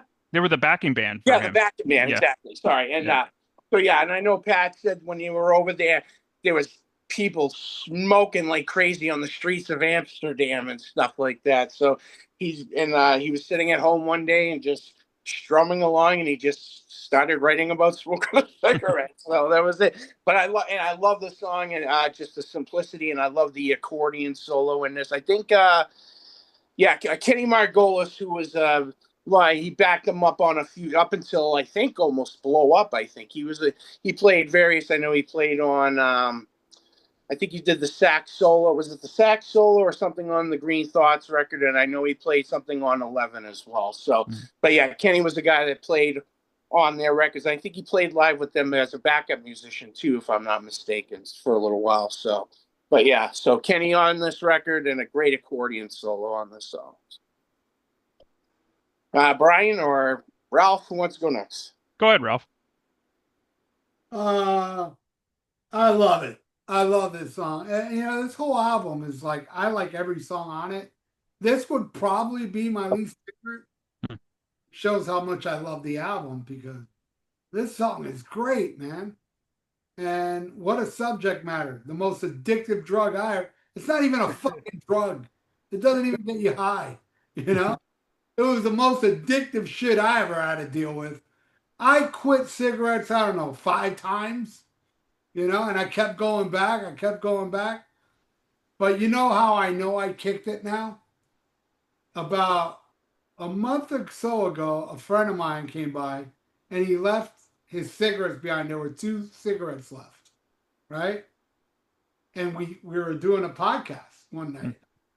And I went off camera to have one of the cigarettes. And I'm smoking a cigarette because I have a door here. And, I'm blowing the smoke outside. Then I come in for some reason, and my cigarette is on the video. And Ralph saw it. And Ralph is like, bro, you smoke cigarettes? I go, oh, shit, I didn't realize I did that. This guy left cigarettes here, and I smoked them, and I kind of got nauseous. So I never, But I love cigarettes. I do love it.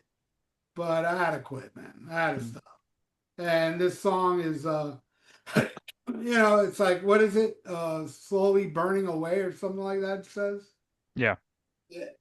It's so true. Cigarette.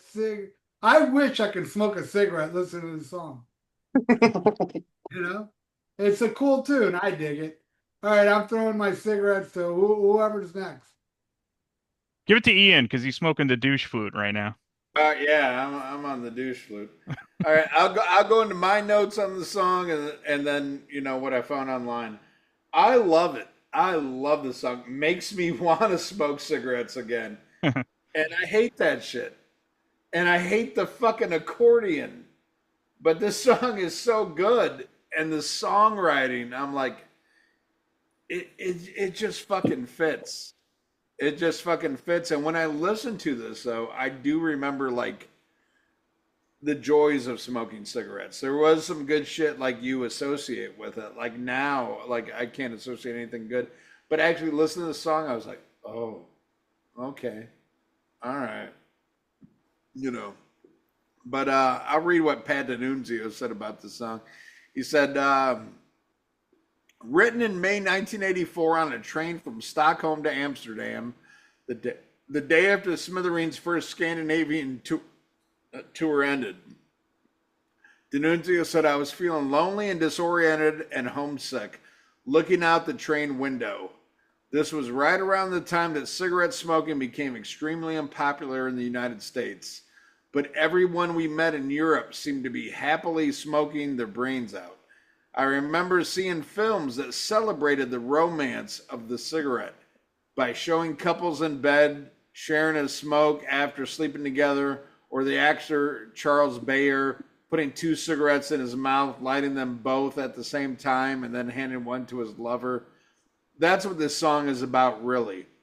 And I mean that's exactly kind of what I'm getting at. The way I feel that when I listen to this song is like some cool things that I remember from smoking cigarettes, like sharing cigarettes with a lover, you know, or cigarettes after like an important part in your life, like you just came really fucking hard, or you had a good meal and you have this cigarette. You know, those are some good times. Now I think about lighting a cigarette, I'm like, oh, drives me fucking nuts.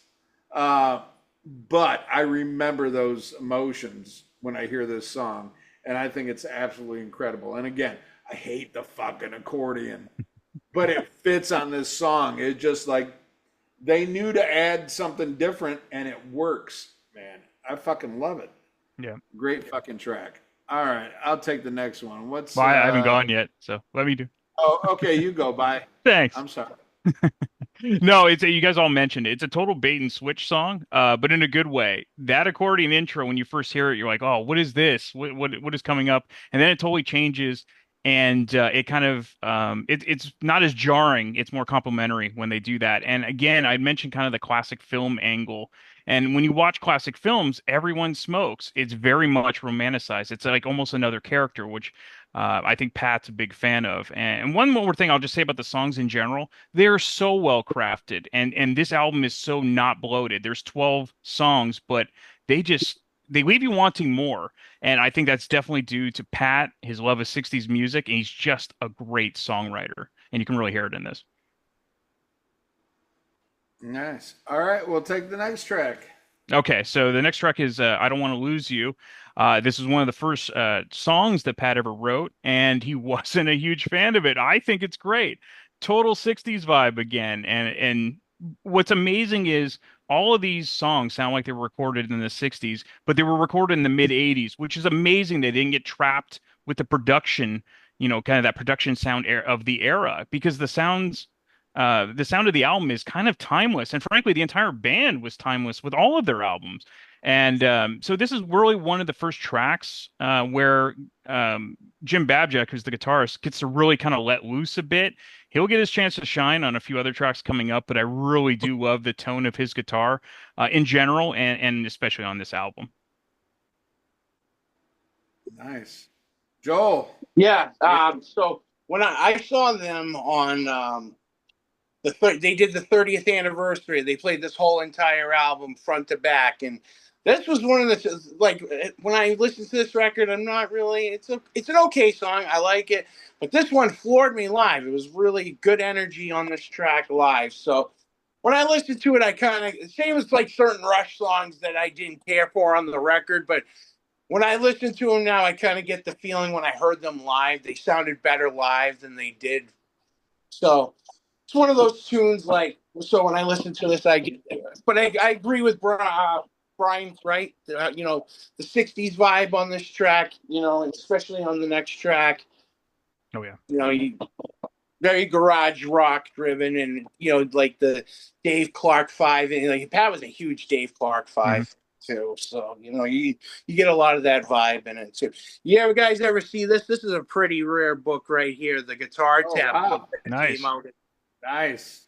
Yeah. In fact, when I met them the first time, Pat said this is extremely rare because it was I think it was available for like 6 months and discontinued. That was it. Oh, And nice. somehow How was Pat? Was he a cool dude? Pat was great. The only thing was, I started collecting vinyl right after.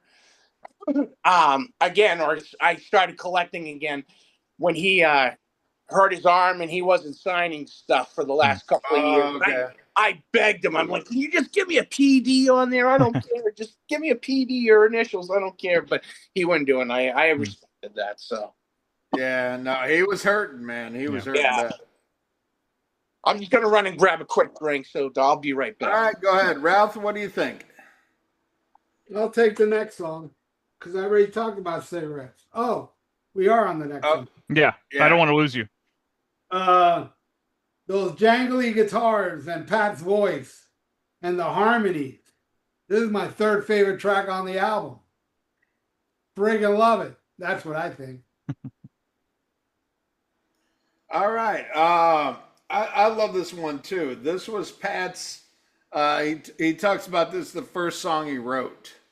Yep. One of two songs on this album that is like the first shit that he wrote. He said of this one, some of the first songs I wrote, while charming, are not great compositions. It's someone listening or someone learning how to write songs. Yet some of these songs, in fact, my first composition, I Don't Want to Lose You, wound up on Especially for You, and a lot of folks like that song. Well, I'm one of those. I think it's great, and wow, if this is one of your first ones, I remember I actually wrote some songs when I was 19 that were fucking terrible, that are so terrible I won't even talk about it on this podcast. I mean, they were that bad. And this is what D'Annunzio is coming up with. But this guy is a fucking genius. And I was going to talk about it in later songs, but fuck it, might as well get to it now. This is a guy, not what you would call a good-looking rocker. This guy was already going bald, very young in his age. And he did the worst thing you could do. That's worse than the actual comb over is the comb down. It's terrible. But you know what? While like good-looking people were out getting laid, this guy was writing amazing songs. And like when I hear like a ballad from like Bret Michaels, I don't buy it. I don't buy it at all. Because this guy, like, what's the worst day in Bret Michaels' life? Get the fuck out of here. This guy. Here's my point of it. Pat's singing Especially for You will melt pussy over anything Bret Michaels sings. I'm sorry. Oh, yeah, no. But what I'm saying is, that's what I'm saying. It's on that. Yeah, it comes from a place of purity. Like, right. Here's a guy that like had pain and suffered and had some sad shit in his life, and he put it into music. I always say the best bands are the fucking ugliest. I mean, you got, look at this band. You got Pat D'Annunzio. You got a drummer and a guitar player that both look like fucking Bunny Carlos. and like the best looking guy you got in the band, looks like one of the Ramones. He looks like Dee Dee Ramone. So these guys cannot rely on good looks. They have to write good songs. And that's what I love, man. This guy just sat in his room, listened to music, and wrote good songs and worked on his craft. This. By the way, Ian, don't sell yourself short. You played me those early tracks, and I love your rendition of Ace Frehley Will Die of AIDS Someday. Yeah, I know. But if I was a good-looking motherfucker, it probably would have sounded like Steve Brown wrote it. Well, true. But it's only good because I'm ugly. Yeah, exactly. That's what I think. Yes. All right. Next track. What do we got here? Time and time again. Time and time again. All right. Where are we at here? Uh, all right. Can hear the Buddy Holly on this side of it, and that's something D'Annunzio would talk about. The two biggest influences were the Beatles and Buddy Holly. And even though, like on this particular song, there's another songwriter he feels like he ripped off more. I can hear the Buddy Holly side of this, and this is one of those albums that I'm looking for that I cannot find. It was actually the last solo album that D'Annunzio put out was him doing Buddy Holly songs. Yeah, I don't have that myself. That's one. Yeah, me either. I've got the other three. I don't have the last one. That's the Buddy Holly shit. But anyway, to me, I hear the Buddy Holly shit on this, and I dig it. But let's see what Pat said about this. He said one of the first songs he wrote, besides the last song, he said definitely under the influence of early Lennon McCartney. He said the main riff obviously owes a lot to "Oh Pretty Woman" by the great Roy Orbison. And he said, although it took me a lot of years to recognize it, the band first recorded this song on their 1980 demo. And remember, this album came out in '86. So, it goes back to something, Pat will talk about, later when we review this, where he said this is almost like a greatest hits because they've been playing these songs for fucking 6 years before this album came out. But I dig this song. I love it. Not one of my favorites, but I still dig it. What do you think, Brian? Yeah, you mentioned it. It's a total ripoff of Roy Orbison and Pretty Woman, but who cares? I mean, that riff is one of the greatest riffs in rock and roll history. And so wanted to keep in mind for some of the younger listeners of this podcast is like in the 1980s, there was a huge revival of music from the 50s and the 60s. So the Smithereens kind of fit perfectly in this mix because they sounded genuine. They weren't trying to be anything that they weren't. So yeah, it's basically Pretty Woman Part 2, but I think they pulled it off great. And for someone that was a teenager in 1986 and wanted to be, introduced to great rock and roll of the past era, I think this is like a gateway drug for him, and without actually covering a song. So, and again, Jim really gets the rip on guitar at the end of this song, which I love. So, what do you think, Ralph? Yeah, you can say Buddy Holly and all this other shit, but the Smithereens sound nothing like the Ramones. But this song is totally in the structure of a Ramones song.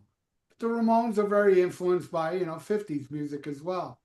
But I can totally hear if you crank up loud guitars and Joey's vocals, this is a Ramones song. It really is. I love it. It's catchy time and time again. It's beautiful. It's awesome. Did everybody talk about this one? Joel. I just want. Well, I did mention. But one thing I want to mention quick. But I just want to say, with this record here, and also this record specifically, is the one that shows their influences. You know what I'm saying? Like, this is the one where they show all their 60s influence, garage rock, the pop rock, British Invasion, whatever. By the next album, and well, a couple of exceptions on this record, which are coming up, but I think this record shows them wearing their influences on their sleeve. The next albums and going forward, it's taking them and putting their own marking, forging their own sound going forward here. Yep. So that's all I wanted to say on that. So, but and another thing to touch with Brian, like what he was saying too, like, yes, 86 was a massive, massive year when a lot of like the Nuggets, Pebbles, and all that stuff was coming back, and they were reissuing them and stuff. So yeah, so the Smithereens were a big part of that too. In fact, they were featured on the Children of Nuggets box set, which is now really rare. So I got that shit. Yeah. So all right, we'll take the next song, brother. All right. One of the big ones. Yeah, so we got Behind the Wall of Sleep. One of the bigger hits on this record. And, of course, if you don't know, Pat D'Annunzio was a huge Black Sabbath fan. huge Black Sabbath fan. And in fact, the title of this track was nicked from the Black Sabbath song of the same name on the debut. And if you ever get a chance, there is an excellent video like a year or two before he passed. He was doing some hometown gigs acoustically with some friends, and he does a fucking great cover of Sleeping Village off the first Sabbath record. Go check it out. It's awesome. I'm just gonna and yeah, it does the warning and all that. So, but anyways, so yeah, Pat was a huge Sabbath freak. He saw them, I think, for the first time on the Paranoid tour, and Ralph, you might know Martin Popoff wrote a book that Doom Let Loose, which was the first Sabbath book he wrote.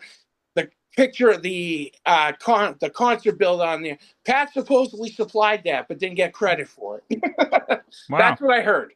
And Pat said that on his own Facebook page. Wow.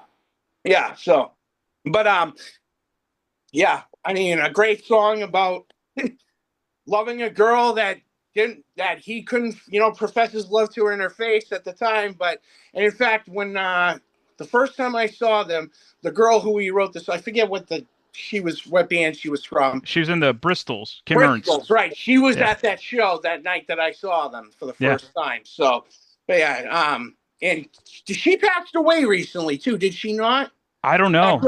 I don't know. Or somebody from that band did. I don't know if it was her, but somebody from that band did pass away recently. But yeah, so I mean, with one of the most famous lines, she stood black as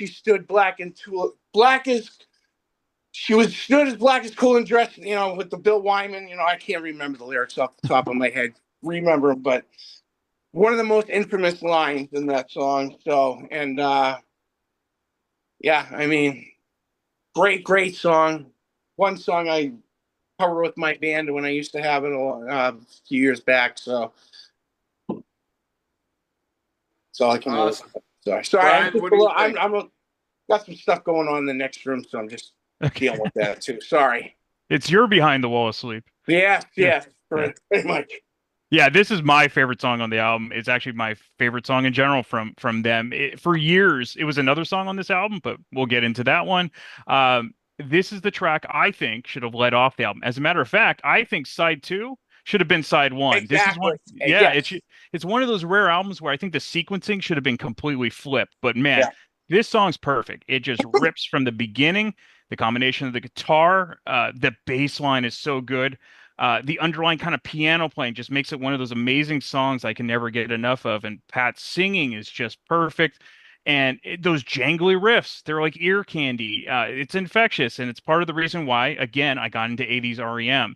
And 3 songs in a row where the guitar solos are fabulous. And like most younger folks who had never heard of Jeannie Shrimpton at the time, I had to seek out who she was and what she looked like because this was pre-internet when I first got this album. So Good Lord. And I asked my dad about it, and he looked at me like, "How the hell do you know about her?" And I was like, "Oh, I played him the song," and then he got it. And Joel mentioned it. Pat had a crush on Kim Ernst from the Bristols, and she became part of that song. So I think Ralph should go next, and I want to know if Ralph, what would you pick if you had to choose between the Black Sabbath song and this song? What do you go with? Yeah, let's hear this. I'd go with the Smithereens. Wow. Whoa. Yeah. And you know how much I love Sabbath and that song. Yeah. I'm a huge Sabbath fan too, so I would have a hard choice on this. So. No, to me it's kind of easy, and it's weird because I've lived with that Sabbath album since the '70s, and lived with what, a year or two. It's the greatest Smithereens songs, period. Forget the best song on his album. I had a feeling this would be your favorite. And I just love that. She had hair like Jeannie Shrimpton back in 1965. It was so catchy. And then my favorite line is when he said she held a bass guitar and she was playing in a band and she looked just like Bill Wyman. Now I am her biggest fan. Yep. That is the coolest lyrics ever. Better than what Geezer did. Yeah, I fucking love this song, man. And the video owns. Yeah. I love the video. Like what Ian was saying earlier, they look so fucking dorky. But yeah, doesn't matter. But yet cool at the same time. Yep. it's like they don't look like your pretty boys, but they're. It's just the way Pat like stood there, you know, his little receding hairline, and he's just so into it and snapping his finger and just standing there. And the bass player really a little too into it. Oh That's yeah. like the Juan Croucier of the Smithereens. You know? But oh my God, I love this song so much. So much. It's my favorite song that they've ever done, in my opinion. Ian. All right. Well, it's not my favorite, but god damn it. I mean, it's right fucking there. Um, let's go to, my personal notes. I put goddamn masterpiece, which it is. But if you go into like the history of the song, says lyrics written by D'Annunzio on the back of a cocktail napkin on a flight home from Boston to New York City. The Smithereens has shared a bill with the Boston band The Bristols, whose bassist Kim Ernst had caught D'Annunzio's attention. D'Annunzio said, "My crush on her led me to write that on a very hungover morning after a party in Boston. The lyrics include references to 1960s model Jean Sharpton, and yes, if you guys, it's one of those things. Like I actually didn't look it up till today. Like I'm like, let me see what she looks like, and then I saw her and I was like, ooh, oh, god damn." Yeah, she's like an early Bond girl. She's like an early Bond girl. Oh my god, it's like classic beauty that you don't see much today. It's just like, oh, when he said she had hair like Jeannie Sharpton back in 1965, and if you look at a picture of her in 1965, you know what we're talking about, and that's some goddamn good shit. And she doesn't have hair like Al Sharpton, though. Al Sharpton's got some hair. Yeah. And she held a bass guitar, and she was playing in a band, and she stood like Bill Wyman. Now I'm just her biggest fan, which is funny because those of you who know, probably one of the nerdiest things in all of rock and roll Bill Wyman. is how Bill Wyman held his bass, because he held it up above his head almost like, it was like so unfucking cool. But he's Bill Wyman, so you give him a, give him a fucking pass. Exactly. I love Bill Wyman. I love his bass playing, but to look at him, like I said earlier, it's like Rudy Sarzo, fucking, the dude from fucking Juan Croucier, and fucking Gary Sharon had a kid, and that's what it would look like when Bill Wyman plays bass.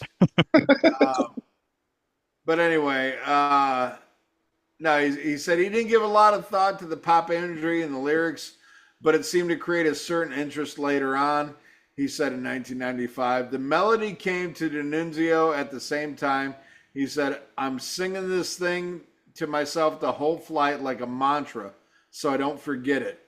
And then I get stuck in traffic for 2 hours, and I'm nearly losing my mind because I knew it was a good song."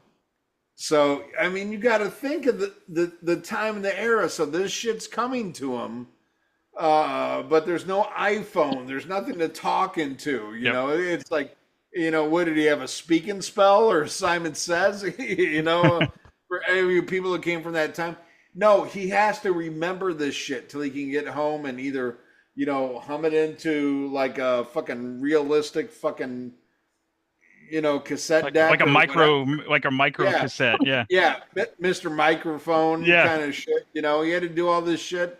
Well, it's like when Keith Richards passed out after he wrote Satisfaction, and the rest of it was snoring. Right.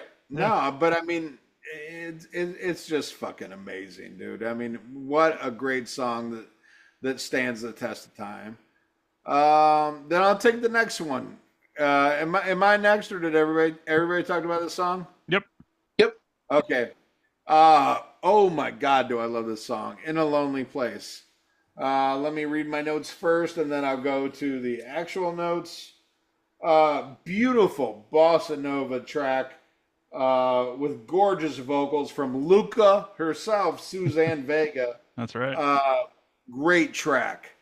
In a Lonely Place, musically, the song is homage to the work of Brazilian songwriter Antonio Carlos Jobim, the composer of The Girl from Ipanema. Everybody knows The Girl from Ipanema. If you Oh don't yeah. know it, look fucking up. You know that fucking song. Or if you got Rush in Rio, Rush plays The Girl from Ipanema in the fucking video. Um, let's see what else we got here. D'Annunzio tried unsuccessfully to get samba and bossa nova singer Ostrich Gilberto to sing on it, but ended up recording the song with Suzanne Vega, whom he knew from when they worked together in an office. It was the only song on the album that hadn't yet been played live. D'Annunzio brought this new song into the studio as the band were completing the basic tracks for the basic track sessions for the album. It was recorded with no rehearsal at the 11th hour. The song takes its title from the 1950 film noir of the same name. Yep. Starring Humphrey Bogart, Gloria Gaynor, and the pre-chorus lyrics are largely adapted from the key lines of dialogue of the film.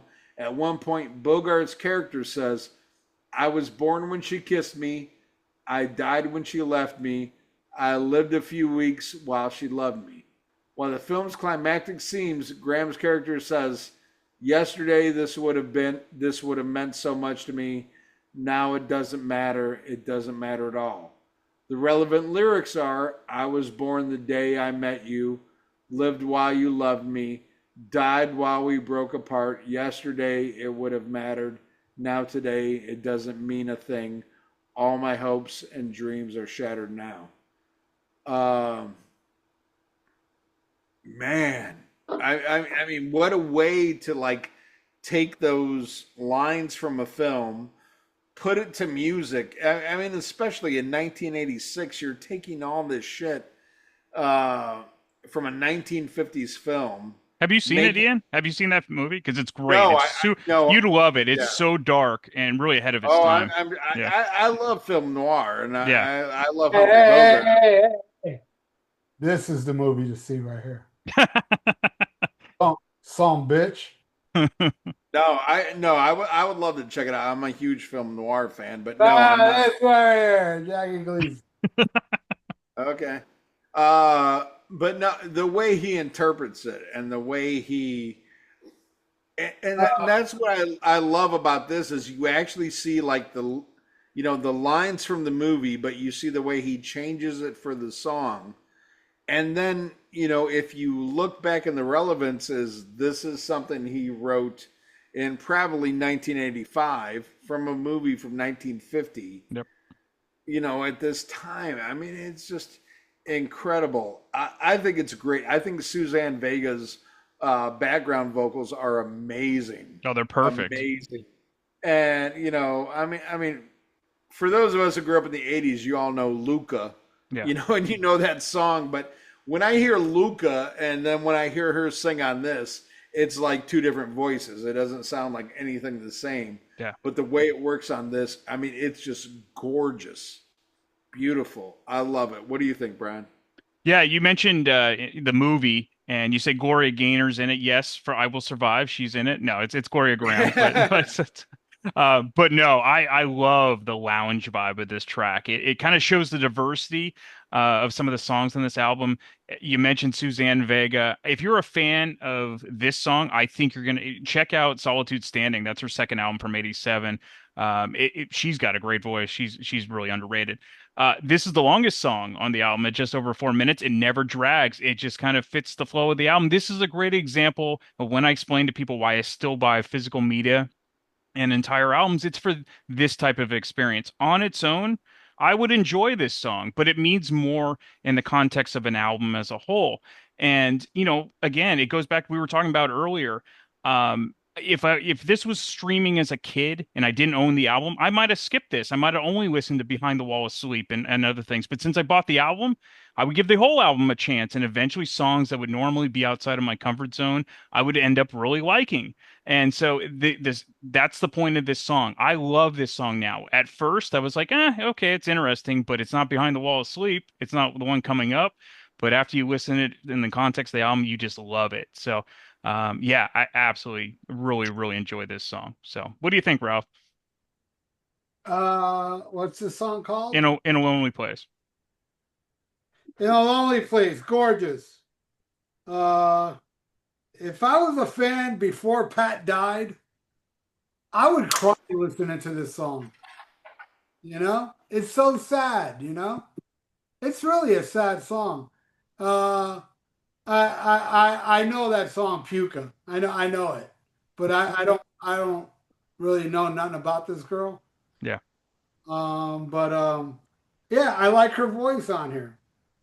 There's a Letters to Cleo song called Londranium that I think Letters to Cleo ripped off the Smithereens with this song because they wrote a song very much like this one later on, and it's really good their version. But I like this one even more than Letters to Cleo's song. It's beautiful. It's a great chill song. It's a rocking album. I mean, this album rocks. Mhm. And here's the breather song. You breathe through it, and it's beautiful, lush melodies, lush vocals, and lush music. Beautiful tune. That's what I think, Joel. Yeah, I mean, really beautiful song. This is like one of those songs, like especially for you, which is on the next record, and there's another song on his solo album that's very tough to find. It's I got 2006. that. I got that album. Yeah, it's very. I think this is one of the most expensive CDs I ever paid for. But the song "Any Other Way," like he has this register, and Brian, you probably say the same, Ralph. He has this register when he sings, and it just like you almost want to cry. Hmm. Like he just gets this deep part in his voice, and you just like you can feel that emotion, and you want to cry when he's really sad and singing. So this was one of those songs where you really feel that emotion and a great, and like you said, Ian said, great backing vocal from Suzanne Vega, and they did work together. And from what I think I read too, is they used to, I know they were playing a lot of songs, like he was playing her songs for this record, and she was playing songs for the record she was working on at the time, and they would give each other advice as to, what to, and I know she was saying like Blood and Roses is going to be one of your biggest hits. Yeah. Yep. And but in the touch on what something said we said earlier was like how he said this a lot of this album was them showing wearing their influences. The first three songs on this side, and like Brian said, the second side should have been the first side. This was show, but then again, this is where you see where they're showing their progression as songwriters and towards their sound going forward. So I think these three songs on this first side, you definitely see this is their sound. This is not them focusing on the 60s aspect of their influences. This is going forward with their sound, the Smithereens sound. So, Yeah. But yeah, great song, a great one of those emotional songs. All right, Joel, we'll take the next song, Blood and Roses. One of the most infamous bass intros in history, I would say. I mean, when they played that, the crowd would go nuts. And this was one of the best songs they would do live because they would extend it, and Jimmy would go fucking crazy on the guitar. And I filmed them one night. I stood on the chair, and this girl was like, he was flirting with her and playing the guitar, and he lets her take the pick, and she's putting it right in her fucking tits and shit. And he wanted to, but this was right before his wife died. I'm sure Ian, his wife passed away a few years ago from breast cancer. But yeah, one of the best tracks. Period. I mean, I go with this as the second best track on the record, besides "Behind the Wall of Sleep." And like I said, great bass intro. Awesome, Brian. What do you think? Yeah, I mean, for years, this was my favorite Smithereens songs. Again, it really reintroduced me back to the band after watching Romeo and Michelle's high school reunion. That bass line, it's so memorable. It's so well done. It carries the song the entire way through. I think this is Pat's best vocal performance on the album. It's just a grooving vibe. It's so catchy. And if you listen on headphones, you'll hear this great little echo effect on some of the backup vocals that Yeah. really add to the vibe. It's really cool. Never ever get sick of this song. It deserves to be one of their best known, tracks. Another amazing guitar solo from Jim, as Joel was saying, like they'd extend it live, which is great.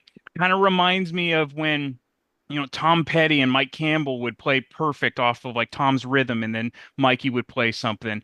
This is also a kind of a track that reminds me of a great underrated band. I know it has a female singer, but Concrete Blonde, it kind of reminds me of this Oh, Smithereens. Concrete Blonde. They're great. And if you didn't know, unfortunately, this is, this song, Pat knew a girl from high school that committed suicide, so we kind of translated it into the song. And Ian mentioned it too. The song was in Dangerously Close, from '86. We love our canon films, and John Yep. Stockwell was starred in that. So Down Stockwell, motherfucker. that's right. So no, if it wasn't for Behind the Wall of Sleep, this would easily be my favorite song on the album. So go ahead, Ian. All right. Well, I'll take this. Well, I guess I'm different from you guys. This is not only my favorite song on the album. This is my favorite Smithereens song of all time. And there's no room for discussion. This is it. I'll go to my notes, and then I'll go to like the notes on the song. That fucking bass. To me, Mike is so underrated. The bass player, so good. And that refrain on "wrong" and "belong," where he says "wrong" and he's like "wrong." Yeah. Belong, long, it's godlike. It's godlike. It's perfect fucking songwriting. It is so good. They would never do a better song, even though they have so many amazing songs. To me, this is like Beatle-esque perfection. I mean, I honestly believe it is in the Parthenon with those great songwriters. It's just incredible. If going to the notes, I've got on this one, Blood and Roses. D'Annunzio says, I was walking home from my job as a soundman at NYC's legendary Folk City nightclub through the freezing rain and about 4 a.m. when the bass line came to me. The chords and the melody came a bit later around the bass part. Lyrically, the song is about a girl D'Annunzio knew in his high school who took her own life. The title was taken from a short story of the same name by the Japanese writer Yokomo Marishima, a literary hero of D'Annunzio's. He says, I found out later that Blood and Roses was also the title of an obscure early 1960s horror film directed by Roger Vadim, same guy that did Barbarella. Barbarella. Same guy that he was married to Jane Fonda. Fucked her. Probably. I would have loved to. Orgasmatron. Fuck Jane Fonda around the time of fucking Barbarella. Yeah. All right. He's my hero. But no, seriously. I mean, this song, that bass. I don't care if D'Annunzio wrote it or Mike wrote it. The way that Mike plays it. Because somebody could write something for you all day long, but it's the way you play it, the way you interpret it. I was so sad, there was a period in the 2000s when Mike left for 10 years, and then he came back, and I was so glad when he did. Because just that dum dum dum dum dum dum dum dum dum dum dum dum dum.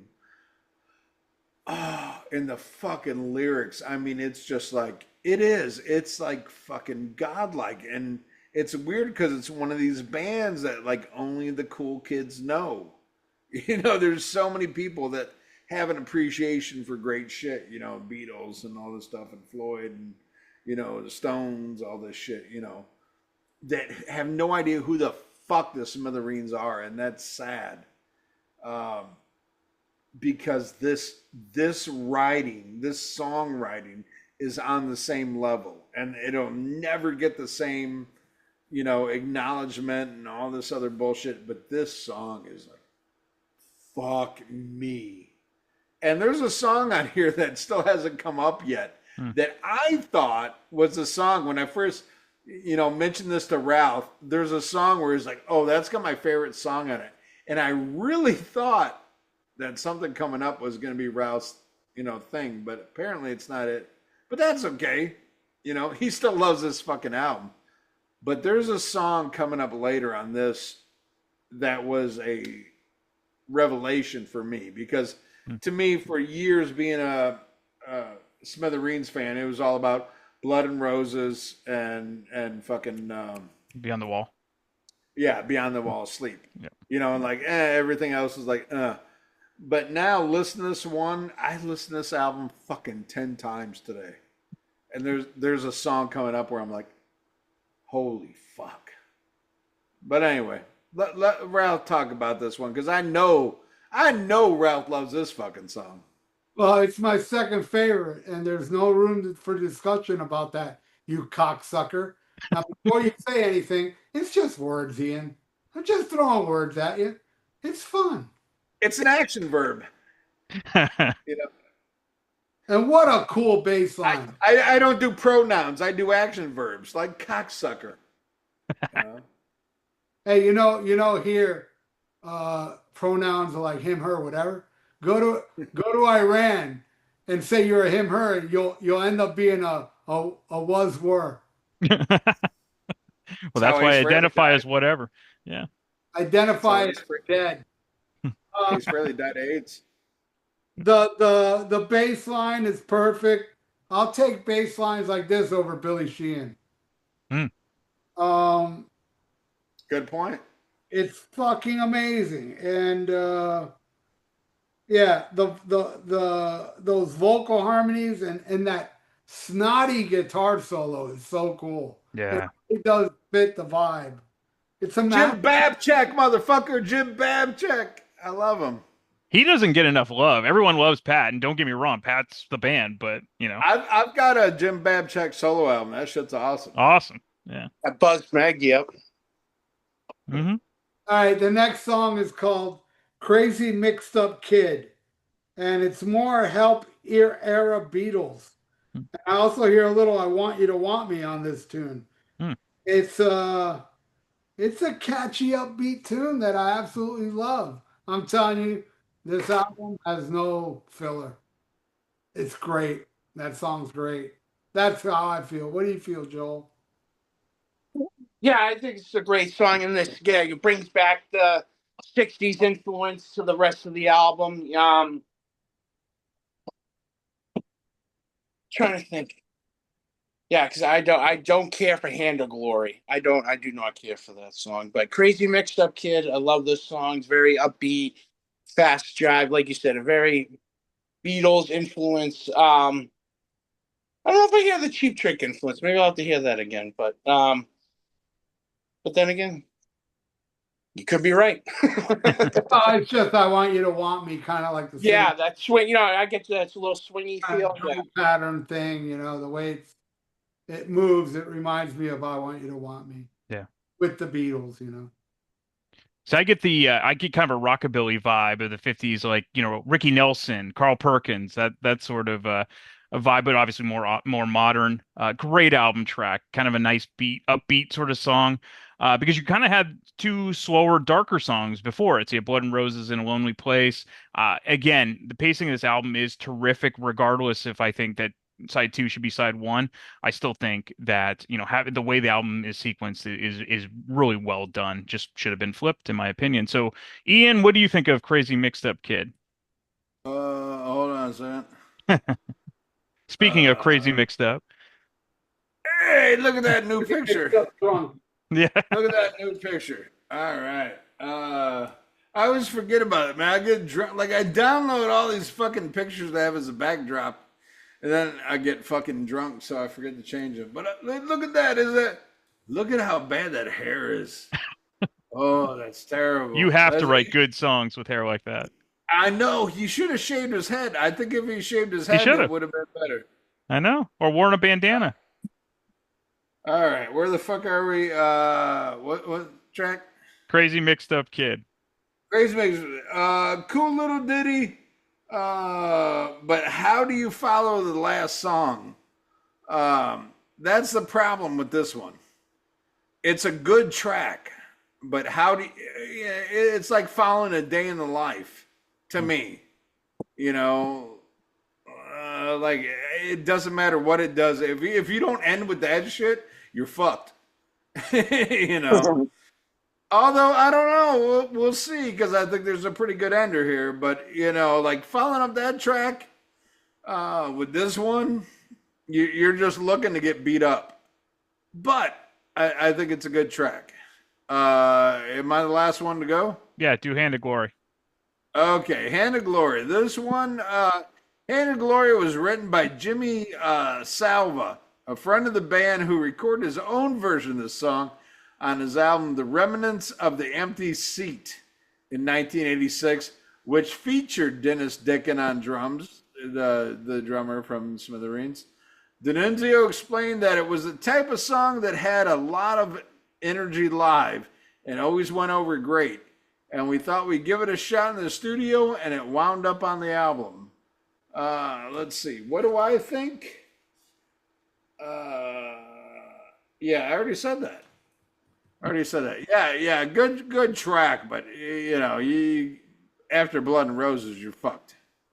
You're fucked. But you know, I've heard worse. What do you think, Brian? I'm glad there weren't more options, that you might not have picked anyone. So I think this is very much a song that sounds like early REM again, which I love. Just a great upbeat song, great, terrific, jangly riff. And again, I love this album, and it's not just because of two amazing songs that I mentioned earlier. It's the songs like this that kind of round out the album so well. Another great solo from Jim on this one. And again, I've mentioned a couple times, check out the Nuggets compilation that feature all of these great unknown garage, bands. If you like the Smithereens, check out Nuggets because I think that's I know that shit. Yeah, it's just a great way to get into the kind of obscure stuff of the '60s. It's all there. So, what do you think, Joel? I have a lot of those Nuggets. Well, at least the ones that they did in the '80s and Yeah. shit like that. This is my least favorite song on the record. Just never grabbed me.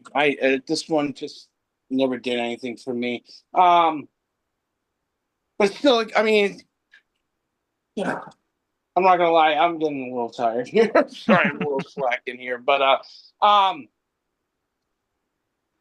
I do love Alone at Midnight, which is the final track. I don't know if I'm going up next for the Alone at Midnight, but figured we'd go through that.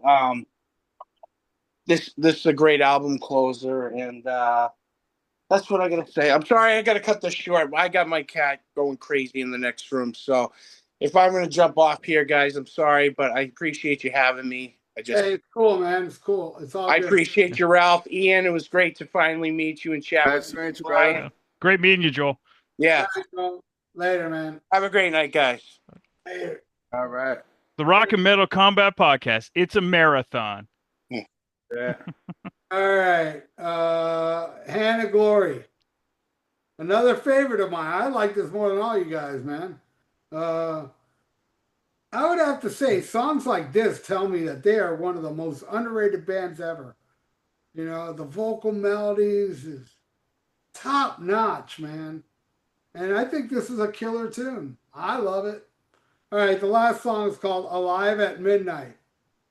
A great song. Nice chill tune. I think it's great. It's killer. Yep. It's a killer, great way to end the album.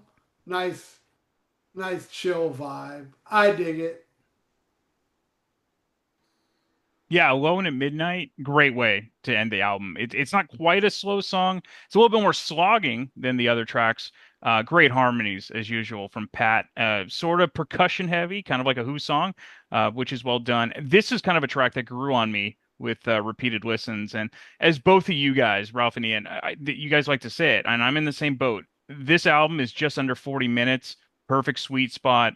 It bears repeat listening. Even though there's 12 tracks, the songs just breeze by and you want to listen to them again. So it's really well done by this band. What do you think, Ian? Well, this is the one that creeped up in the fucking list. This took my number two spot. Mm. I would take this over Behind the Walls of Sleep. Uh, this one snuck up like it's just one of those songs that hits you. That the minute I hear it, the minute I hear the bass and I hear all that shit, I want to cry like a fucking bitch, you know. And it reminds me that the famous episode Ralph and I did, where songs that make you cry like he was with Daniel. Hmm. And I hear the start of this, and there's just something so beautiful and so sad that just hits me the minute it starts. It just hits me in the stomach and takes me to like I don't even know why. I don't even know why, but it just overwhelms me with like sadness and like not in a bad way, but because there's something so beautiful about this song I can appreciate. But at the same time, there's like an overwhelming sadness of this. And I don't know how else to describe it, as just like how Ralph is with Daniel, and I am with, there's a couple of Beach Boys songs that are very like happy songs, but the minute I hear them, I want to cry. Hmm. Uh, this is like the sleeper song for me. And I really think I really thought this was going to be the one where Ralph's like, oh, this track, but I was wrong, and that's cool. It's one of my favorites, though. Oh yeah, yeah. But this one just hits me. Let me look, besides my notes on this. And it's kind of cool because it's really short notes, but D'Annunzio said, I couldn't get a handle on it. It literally took me 3 years to write this song.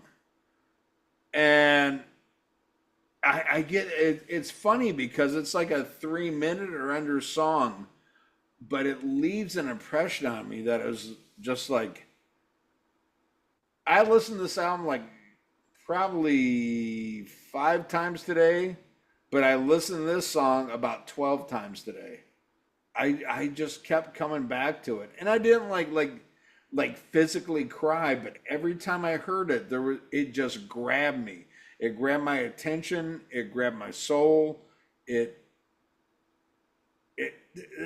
the best thing about music. It makes you feel something. It's not background music. Like literally, like just the bass note from the beginning just like took me somewhere. It made me stop what I'm doing and listen to it and enjoy it. And I mean, there's still two bonus tracks we need to talk about, but this is the proper ending to the album. But I just love this song, and I ask anybody who's listening to this episode, stop what you're doing, because I'm about to ruin the image and the style that you're used to. I look funny, because you're all making money, see? So, world, take a look at... Okay, all right, I'm not doing that. But I'm just saying, stop and listen to this track. There's something here. There's something here that's special. Musically, lyrically, it's a special song. I think it's amazing. And then I'll go into the bonus tracks, which depending on the the issue of the album that you have, the one that's on most is White Castle Blues. Written and sung by Jim Babchak, the guitar player. And I love it. I think it's awesome. It's totally like if you ever got high and just wanted some fucking White Castles at the end of the night, this is like the track, and it should, to me, it should have made the album. I could think of like 1 or 2 tracks that I would have took off and added this, but this is the most common bonus track on this, but there is one other. But I love this track. Are you familiar with this one, Brian? I'm familiar with it, but for years, I actually, I've only owned the vinyl of this, so I've never owned this on CD, so I've only heard this a couple times. So no, and it's a novelty track. I get why it's kind of a bonus track. So, have you heard it, Ralph?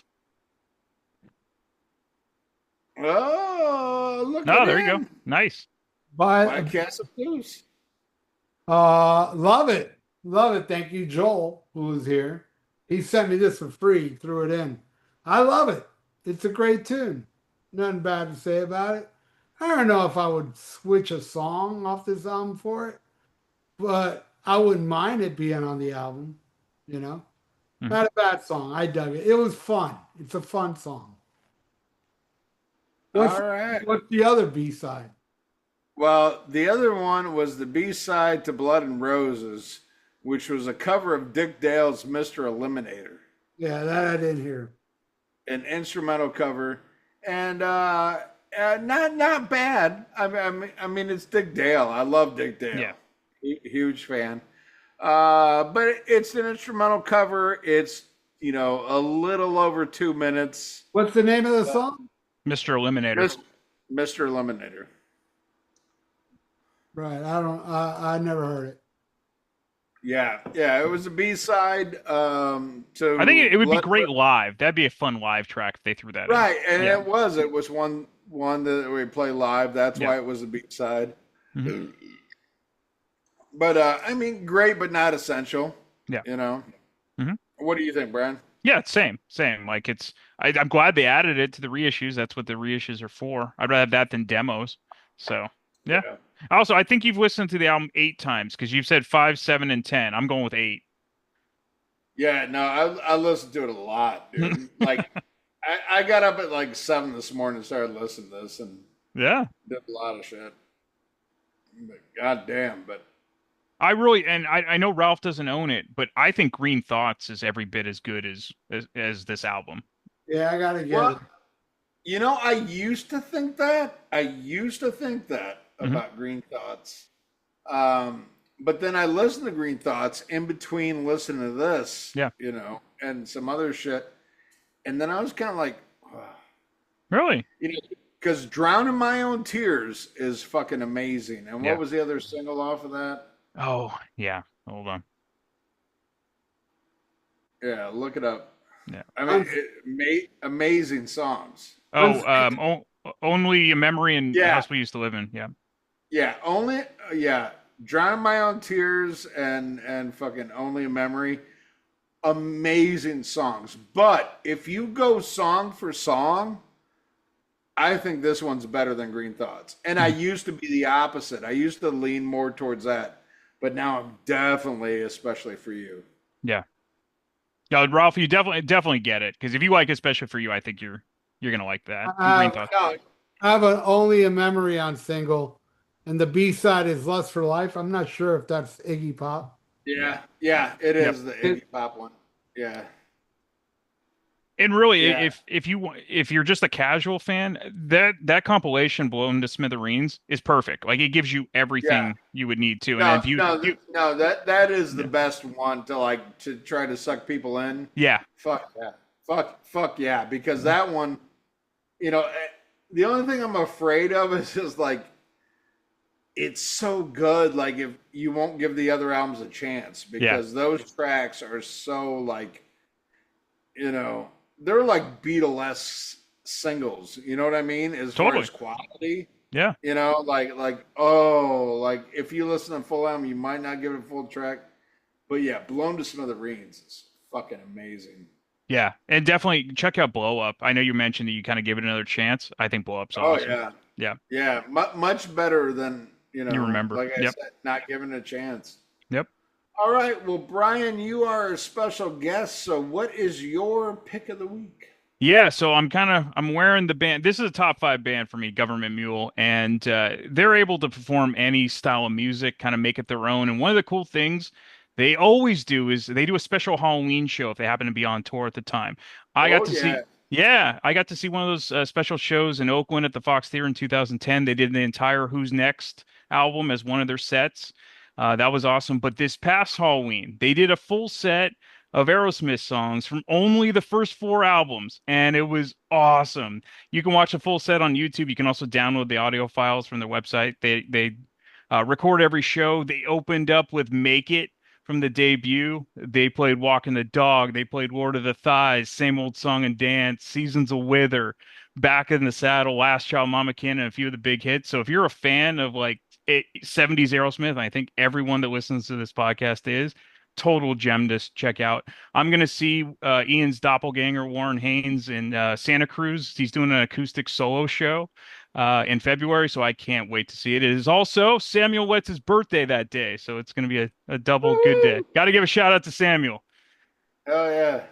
No, and I've got a bootleg of a Halloween show where they did Neil Young Oh yeah, from Ohio, and oh my God, is it fucking good? yeah. They Yeah. are And, one of the best and live bands. Yeah. oh yeah, and I've joked about it, I've talked about it in the show before when I went and saw Primus, and these people were convinced I was Warren Haynes, and it was so fucking funny. Like like I'm like, no, I'm not Warren Haynes, and they're like, yes, you are. I'm like, yes, I am.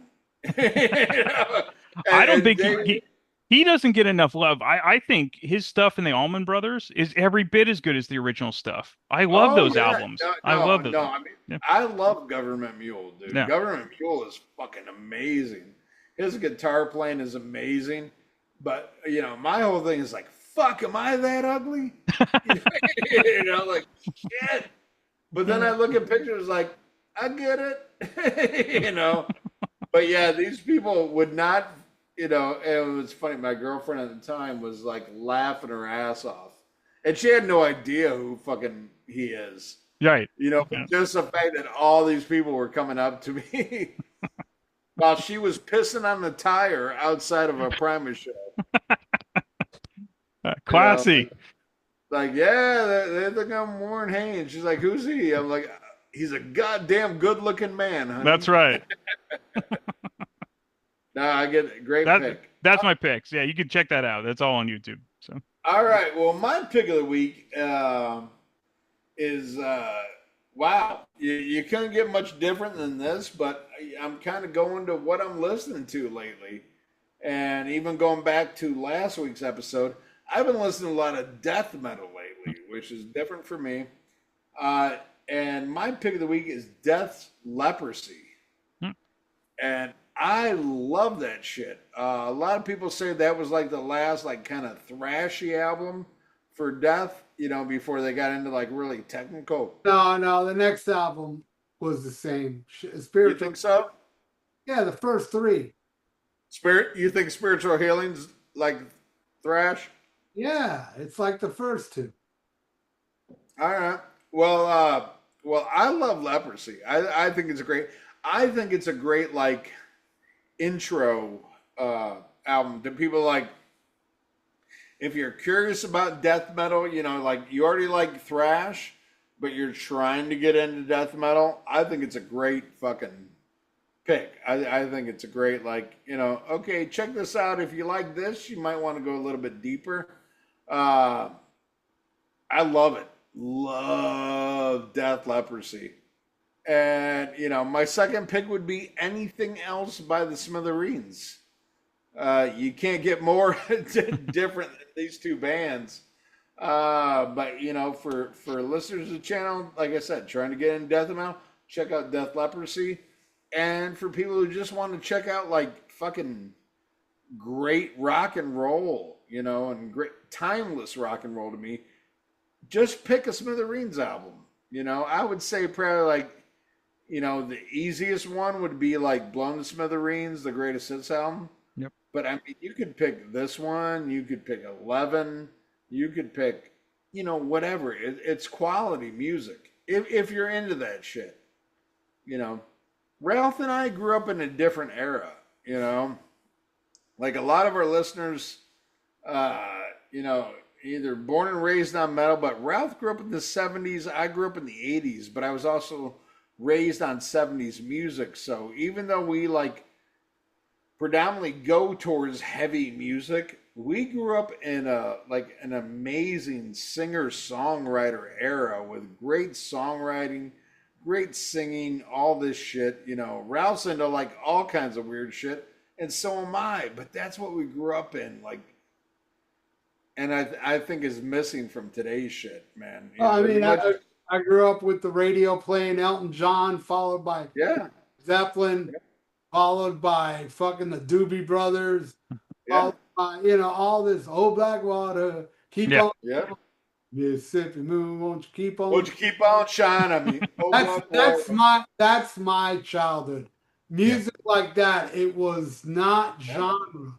It was all one thing. I remember hearing Black Sabbath followed by Billy Joel.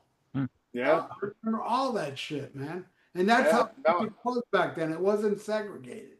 Hmm. and I said the same thing. Like, in '84, I was listening to radio, and it was like Prince, and then it was Bruce Springsteen, and then it was Lionel Richie, and there was all this shit. So that's an era Ralph and I grew up on. But I think that's why we appreciate like really good songwriting like this. And not that we're better than anybody else, but I mean, it's part of our vocabulary, Yep. for music. Funny enough, Leprosy is my favorite Death album. Always has been. It was the first one I heard, my friend Holy George. And what's really funny about it is, yes, I totally agree. It's a really killer gateway to getting to death metal. Listen to Leprosy. But what happened to me was when I discovered Leprosy, I don't think it was even a week later. Headbangers Ball played Immortal Rights from Morbid Angel. And I was like, Death who? It was like, oh my God. But I don't know if I could have got into Morbid Angel if it wasn't for Death. I think Death was a great springboard, but Morbid Angel came right after it. So when I bought Blessed Out of the Sick, well, the first one, All Through the Madness, Blessed Out of the Sick Covenant, to me, death metal, the bar was raised way too high with Morbid Angel. That no band can touch it, not even Death. Yeah, I need to go and check them out again. The first three, really. The first three is all you need. Yeah, because I'm still like with death metal. But like the other week, I mentioned on the last episode, before we did the episode, I was listening to Cannibal Corpse and Deicide. And I was gonna say, do you like Deicide? Deicide seems like something you'd be into. I love Legion. Yeah, I love the first album, and I was listening to the first. I listened to the first Deicide. I listened to Leprosy. Of course, I know it was screaming bloody gore. But then I listened to what else that Ralph was. I just find the vocals better, and for somebody who doesn't know, I think it's a great gateway because, like, if you listen to Death, you can kind of tell what he's saying. And you can get into it where a lot of these other bands are just like, blah, blah, blah, blah, blah, blah, blah, blah.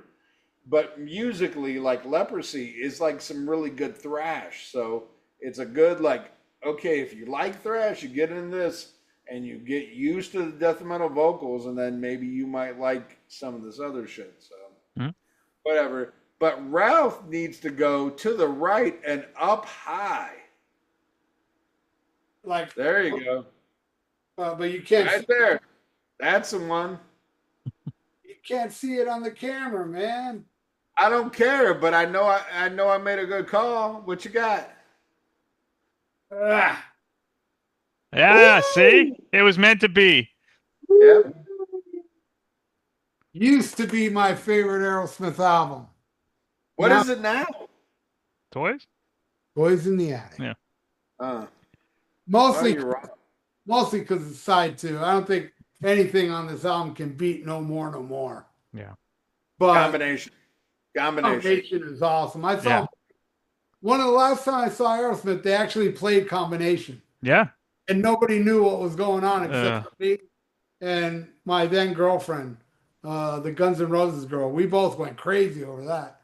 But yeah, Sick as a Dog is probably the dark horse on here. Oh, yeah. The Night. Rats in the Cellar. Yeah, Rats in the Cellar, Nobody's Fault. Yeah, this whole album. Last Child, I can kind of, believe it or not, Last Child is my least favorite song on here. And it's the song that Aerosmith always plays. Yeah. Well, the only thing better than Combination is Jaded. I love that song. I hate that album, but that song is awesome. Yeah, this is not a popular choice. I still think Music from Another Dimension is better than Just Push Play. And I think the only reason people pick music from a different dimension was because it was the last one. If Just Push Play was the last album, they would hate that more. I think it's all. Yeah. The last good Aerosmith album, Done with Mirrors. I don't Yeah, like that. really? You don't like Pump? I would take that. I would take Done with Mirrors over Pump. Okay. I love Pump. But you know what? I don't care about kids getting molested. Fuck, Janie's got a gun. The Janie original probably Epstein asked list. for it. Yeah. Janie probably asked for it. That's what I hate that song. Janie's Got a Gun and Love in the Elevator. I can't stand those songs. Oh. Yeah, I don't. I'm surprised how Ralph is about Done with Mirrors because My Fist Your Face and that's The great, Reason yeah. the Dog. I love. There's 3 songs I love on the album. Let the Music Do the Talking, I think, is better than the Joe Perry Project version. Oh yeah. Oh, yeah. My favorite is My Fist Your Face. Yep. Shame on you. And The Hop. Yeah. Yeah, the Hop's Yeah. awesome. Yeah. Those 3 songs fucking rule. Yep. You know what's better than the Joe Perry Project? Haircut 100. Joe Perry Project sucked. That was some horrible shit. Would you go see them with Chris Robinson singing? Fuck yeah, I would, because that's the best thing that ever fucking happened to him. Yeah, I agree. Chris Robinson's a fucking national treasure. With Brad Whitford, too. Right. Yeah. Now the tour opened down here. Oh my God. Did you guys hear the new fucking EP? Oh, so bad. It's awful. It's so bad. Oh. It's so bad. Did you hear it, Ralph? No. Oh, it's terrible. I think it's terrible. Steven Tyler's going to die of AIDS now. Thanks, Ian. I was so like hoping, like I saw some shit. I was trying to get like confirmation because I was hoping that it was just like Tyler and Perry, and I'm like, please tell me Tom Hamilton and fucking Waited for It didn't play on this, but they did. Yeah. But the drums are by fucking Matt Sorum. Oh my God. But no, seriously, the songs are so bad. So bad. It's so bad it makes Youngblood sound good. Yep. And I'm one of those, like, I'm the rare guy, like, everybody wants to suck the dick of Youngblood after that Ozzy concert. I didn't think it was that great, but everybody else is like, oh, it's amazing. He's the new voice of rock. And then Aerosmith jumped on that train. I thought he did well at the Ozzy thing, but I think it's overblown how well he did. I thought he did. Oh, yeah. I think he did fine, but people treat it like it was Queen at Live Aid. Yeah. Right. Yeah. And that's what I'm about. And the thing is, let's get realistic. That motherfucker never heard that song before that fucking show. Nope. So, or he heard the Kelly Osbourne version. Yeah.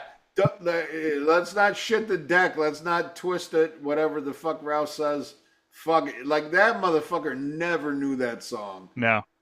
I wonder. He did it, but everybody's like, "Ooh, it's so good." Do you remember if that was after Billy Corgan and Sammy Hagar? Maybe that's why everyone loves it. Oh yeah. Because after that, anyone could perform and sound okay. Yeah. I could have got out there and sang Black Moon, and everybody'd say that was the best fucking Black Sabbath song ever. It was horrible. That's a great song. It is. I know, but not when I sing it. Black Moon is my favorite track on Headless Cross. Nice. I know, but not if I did it. Come on. I've heard Eddie and the Boozers. You can sing, my friend. I know, but not that horrible fucking Tony Martin shit. I heard Eddie and the Boozers too, and your hearing sucks, my friend Brian. What? Yeah. He's a good kid. I like him. I know. I like your demos. All right. Well, if you like this show, come back next week when I pick the band, but I would like Ralph to pick the album. The band I would like to do is Omen, but I'm going to let Ralph pick which album we're doing. Ralph, which Omen album would you like to do? Battle Cry. All right. Well, there you go. That's our next episode. Before you go, Ian, so you had Scribble on. You guys were talking about, you know how movies would be edited on TV and they'd add certain dialogue that was completely different? You guys Right. forgot the greatest one. It was in National Lampoon's Vacation. So when Chevy Chase asks the pimp for directions, and of course he says, "Go fuck your mama." In the TV versions, it's arguably better. He goes, "Who do I look like? Christopher Columbo?" That would have been that was amazing. I loved seeing that one. But yeah, it was Really? right up your That's alley, Ian. terrible. Of course, it's terrible. It's also amazing. No, but I never watched it on TV, so I don't know. But anyway, fuck your mama. It Roll them up. Roll them up. is a good neighborhood. All right. Well, I will say thank you very much for joining us today. I want to thank Joel for joining us until his cat killed him. And Ralph and I will come on your show to talk about one of the greatest Sylvester Stallone movies, Rhinestone. And also, what was the other one? 48 Hours. Oh, the best Eddie Murphy movie ever, hands down, hands down. There's no better Eddie Murphy movie. I'd have to agree with you there. Yep. All right. Well, Brian, reach out to us and let us know when we can record that shit. And everything. You mean you don't want to do it now? You won't. You'll be passed out by 48 hours. All right, you want to do it now? I can't. Don't edit this, Ralph. This is good. Get them on tape. Yeah, I don't give a fuck. I don't give a fuck. I don't edit the shows anymore. Perfect. I know. It's great. All right. Well, brother, we love you, and I want to say, I think it's amazing your continued success with Damn Good Movie Memories. You are like one of the one good ones that we spawned out of all the others. And yes, I'm talking about you, Mark Allen Taylor. Your show sucks. Poor Mark. Brian Davis has the only good one. I forgot. Hey, everybody, check out the podcast, Freeform Rock Podcast. Yeah. Where the Mooger Fooger goes to die. I'm not a fan of that guy. I am not a fan of the Mooger Fooger. I got to tell you this. All right. Well, Brian, we will both come on your show and we will contribute to those episodes because we know the beauty of those two movies. Thank you. Well, it's kind of like, this is great. It's like you're talking about my podcast and we divert about how other podcasts suck. It's like when you were talking about Megadeth. That's great. I love this. Exactly. Megadeth, not so good, you know. Damn Good Movie Memories, pretty good. Podcast. Hey, look, Ian is you go on no podcast. You go on my podcast, and I couldn't be more happy. So thank you, my friend. I'm too fucking. Fuck all those other shows, man. They're fucking terrible. To be fair, do you know how I discovered this podcast? And I think I've said it on here before. When you actually were playing or weren't playing Vinnie Vincent on the Decibel Geek, that's how I found out about you guys. Well, Decibel Geek, that's a good podcast. Well, yeah, there you go. That's a good one. But what's the other one? What are they called? Fucking Mark's fucking the Mark and Terrence Experience. Yeah, the Mark and Terrence Experiments, paid by the government, fucking food stamp show. Remember when Mark even admitted that when he did that show with Terrence, their goal was to destroy us? Yeah. That was one of the early episodes I heard. Was Mark saying? Remember when you and me sat on my balcony in New Orleans and listened to that and laughed our fucking ass off? It was so funny because they were both like pretty much in an underhanded way attacking us that we don't know what good music is type shit. You know, it's fucking hilarious. It was the pick of the moment. Yeah, they had current events, pick of the moment. Yeah, and freak of the week or something. Yeah. That's a fan of the evil week. Jews. Evil Jews. Fucking terrible. Well, thank you guys for having me on. No, it's always a pleasure, and I love catching up with you guys. And all right, guys, I gotta get going. Seriously. Okay. All right. So all right. Well, Brian, I will get with you, and we will. We'll figure it out. All right. Schmack 'em a gob. Bye, guys. Ace.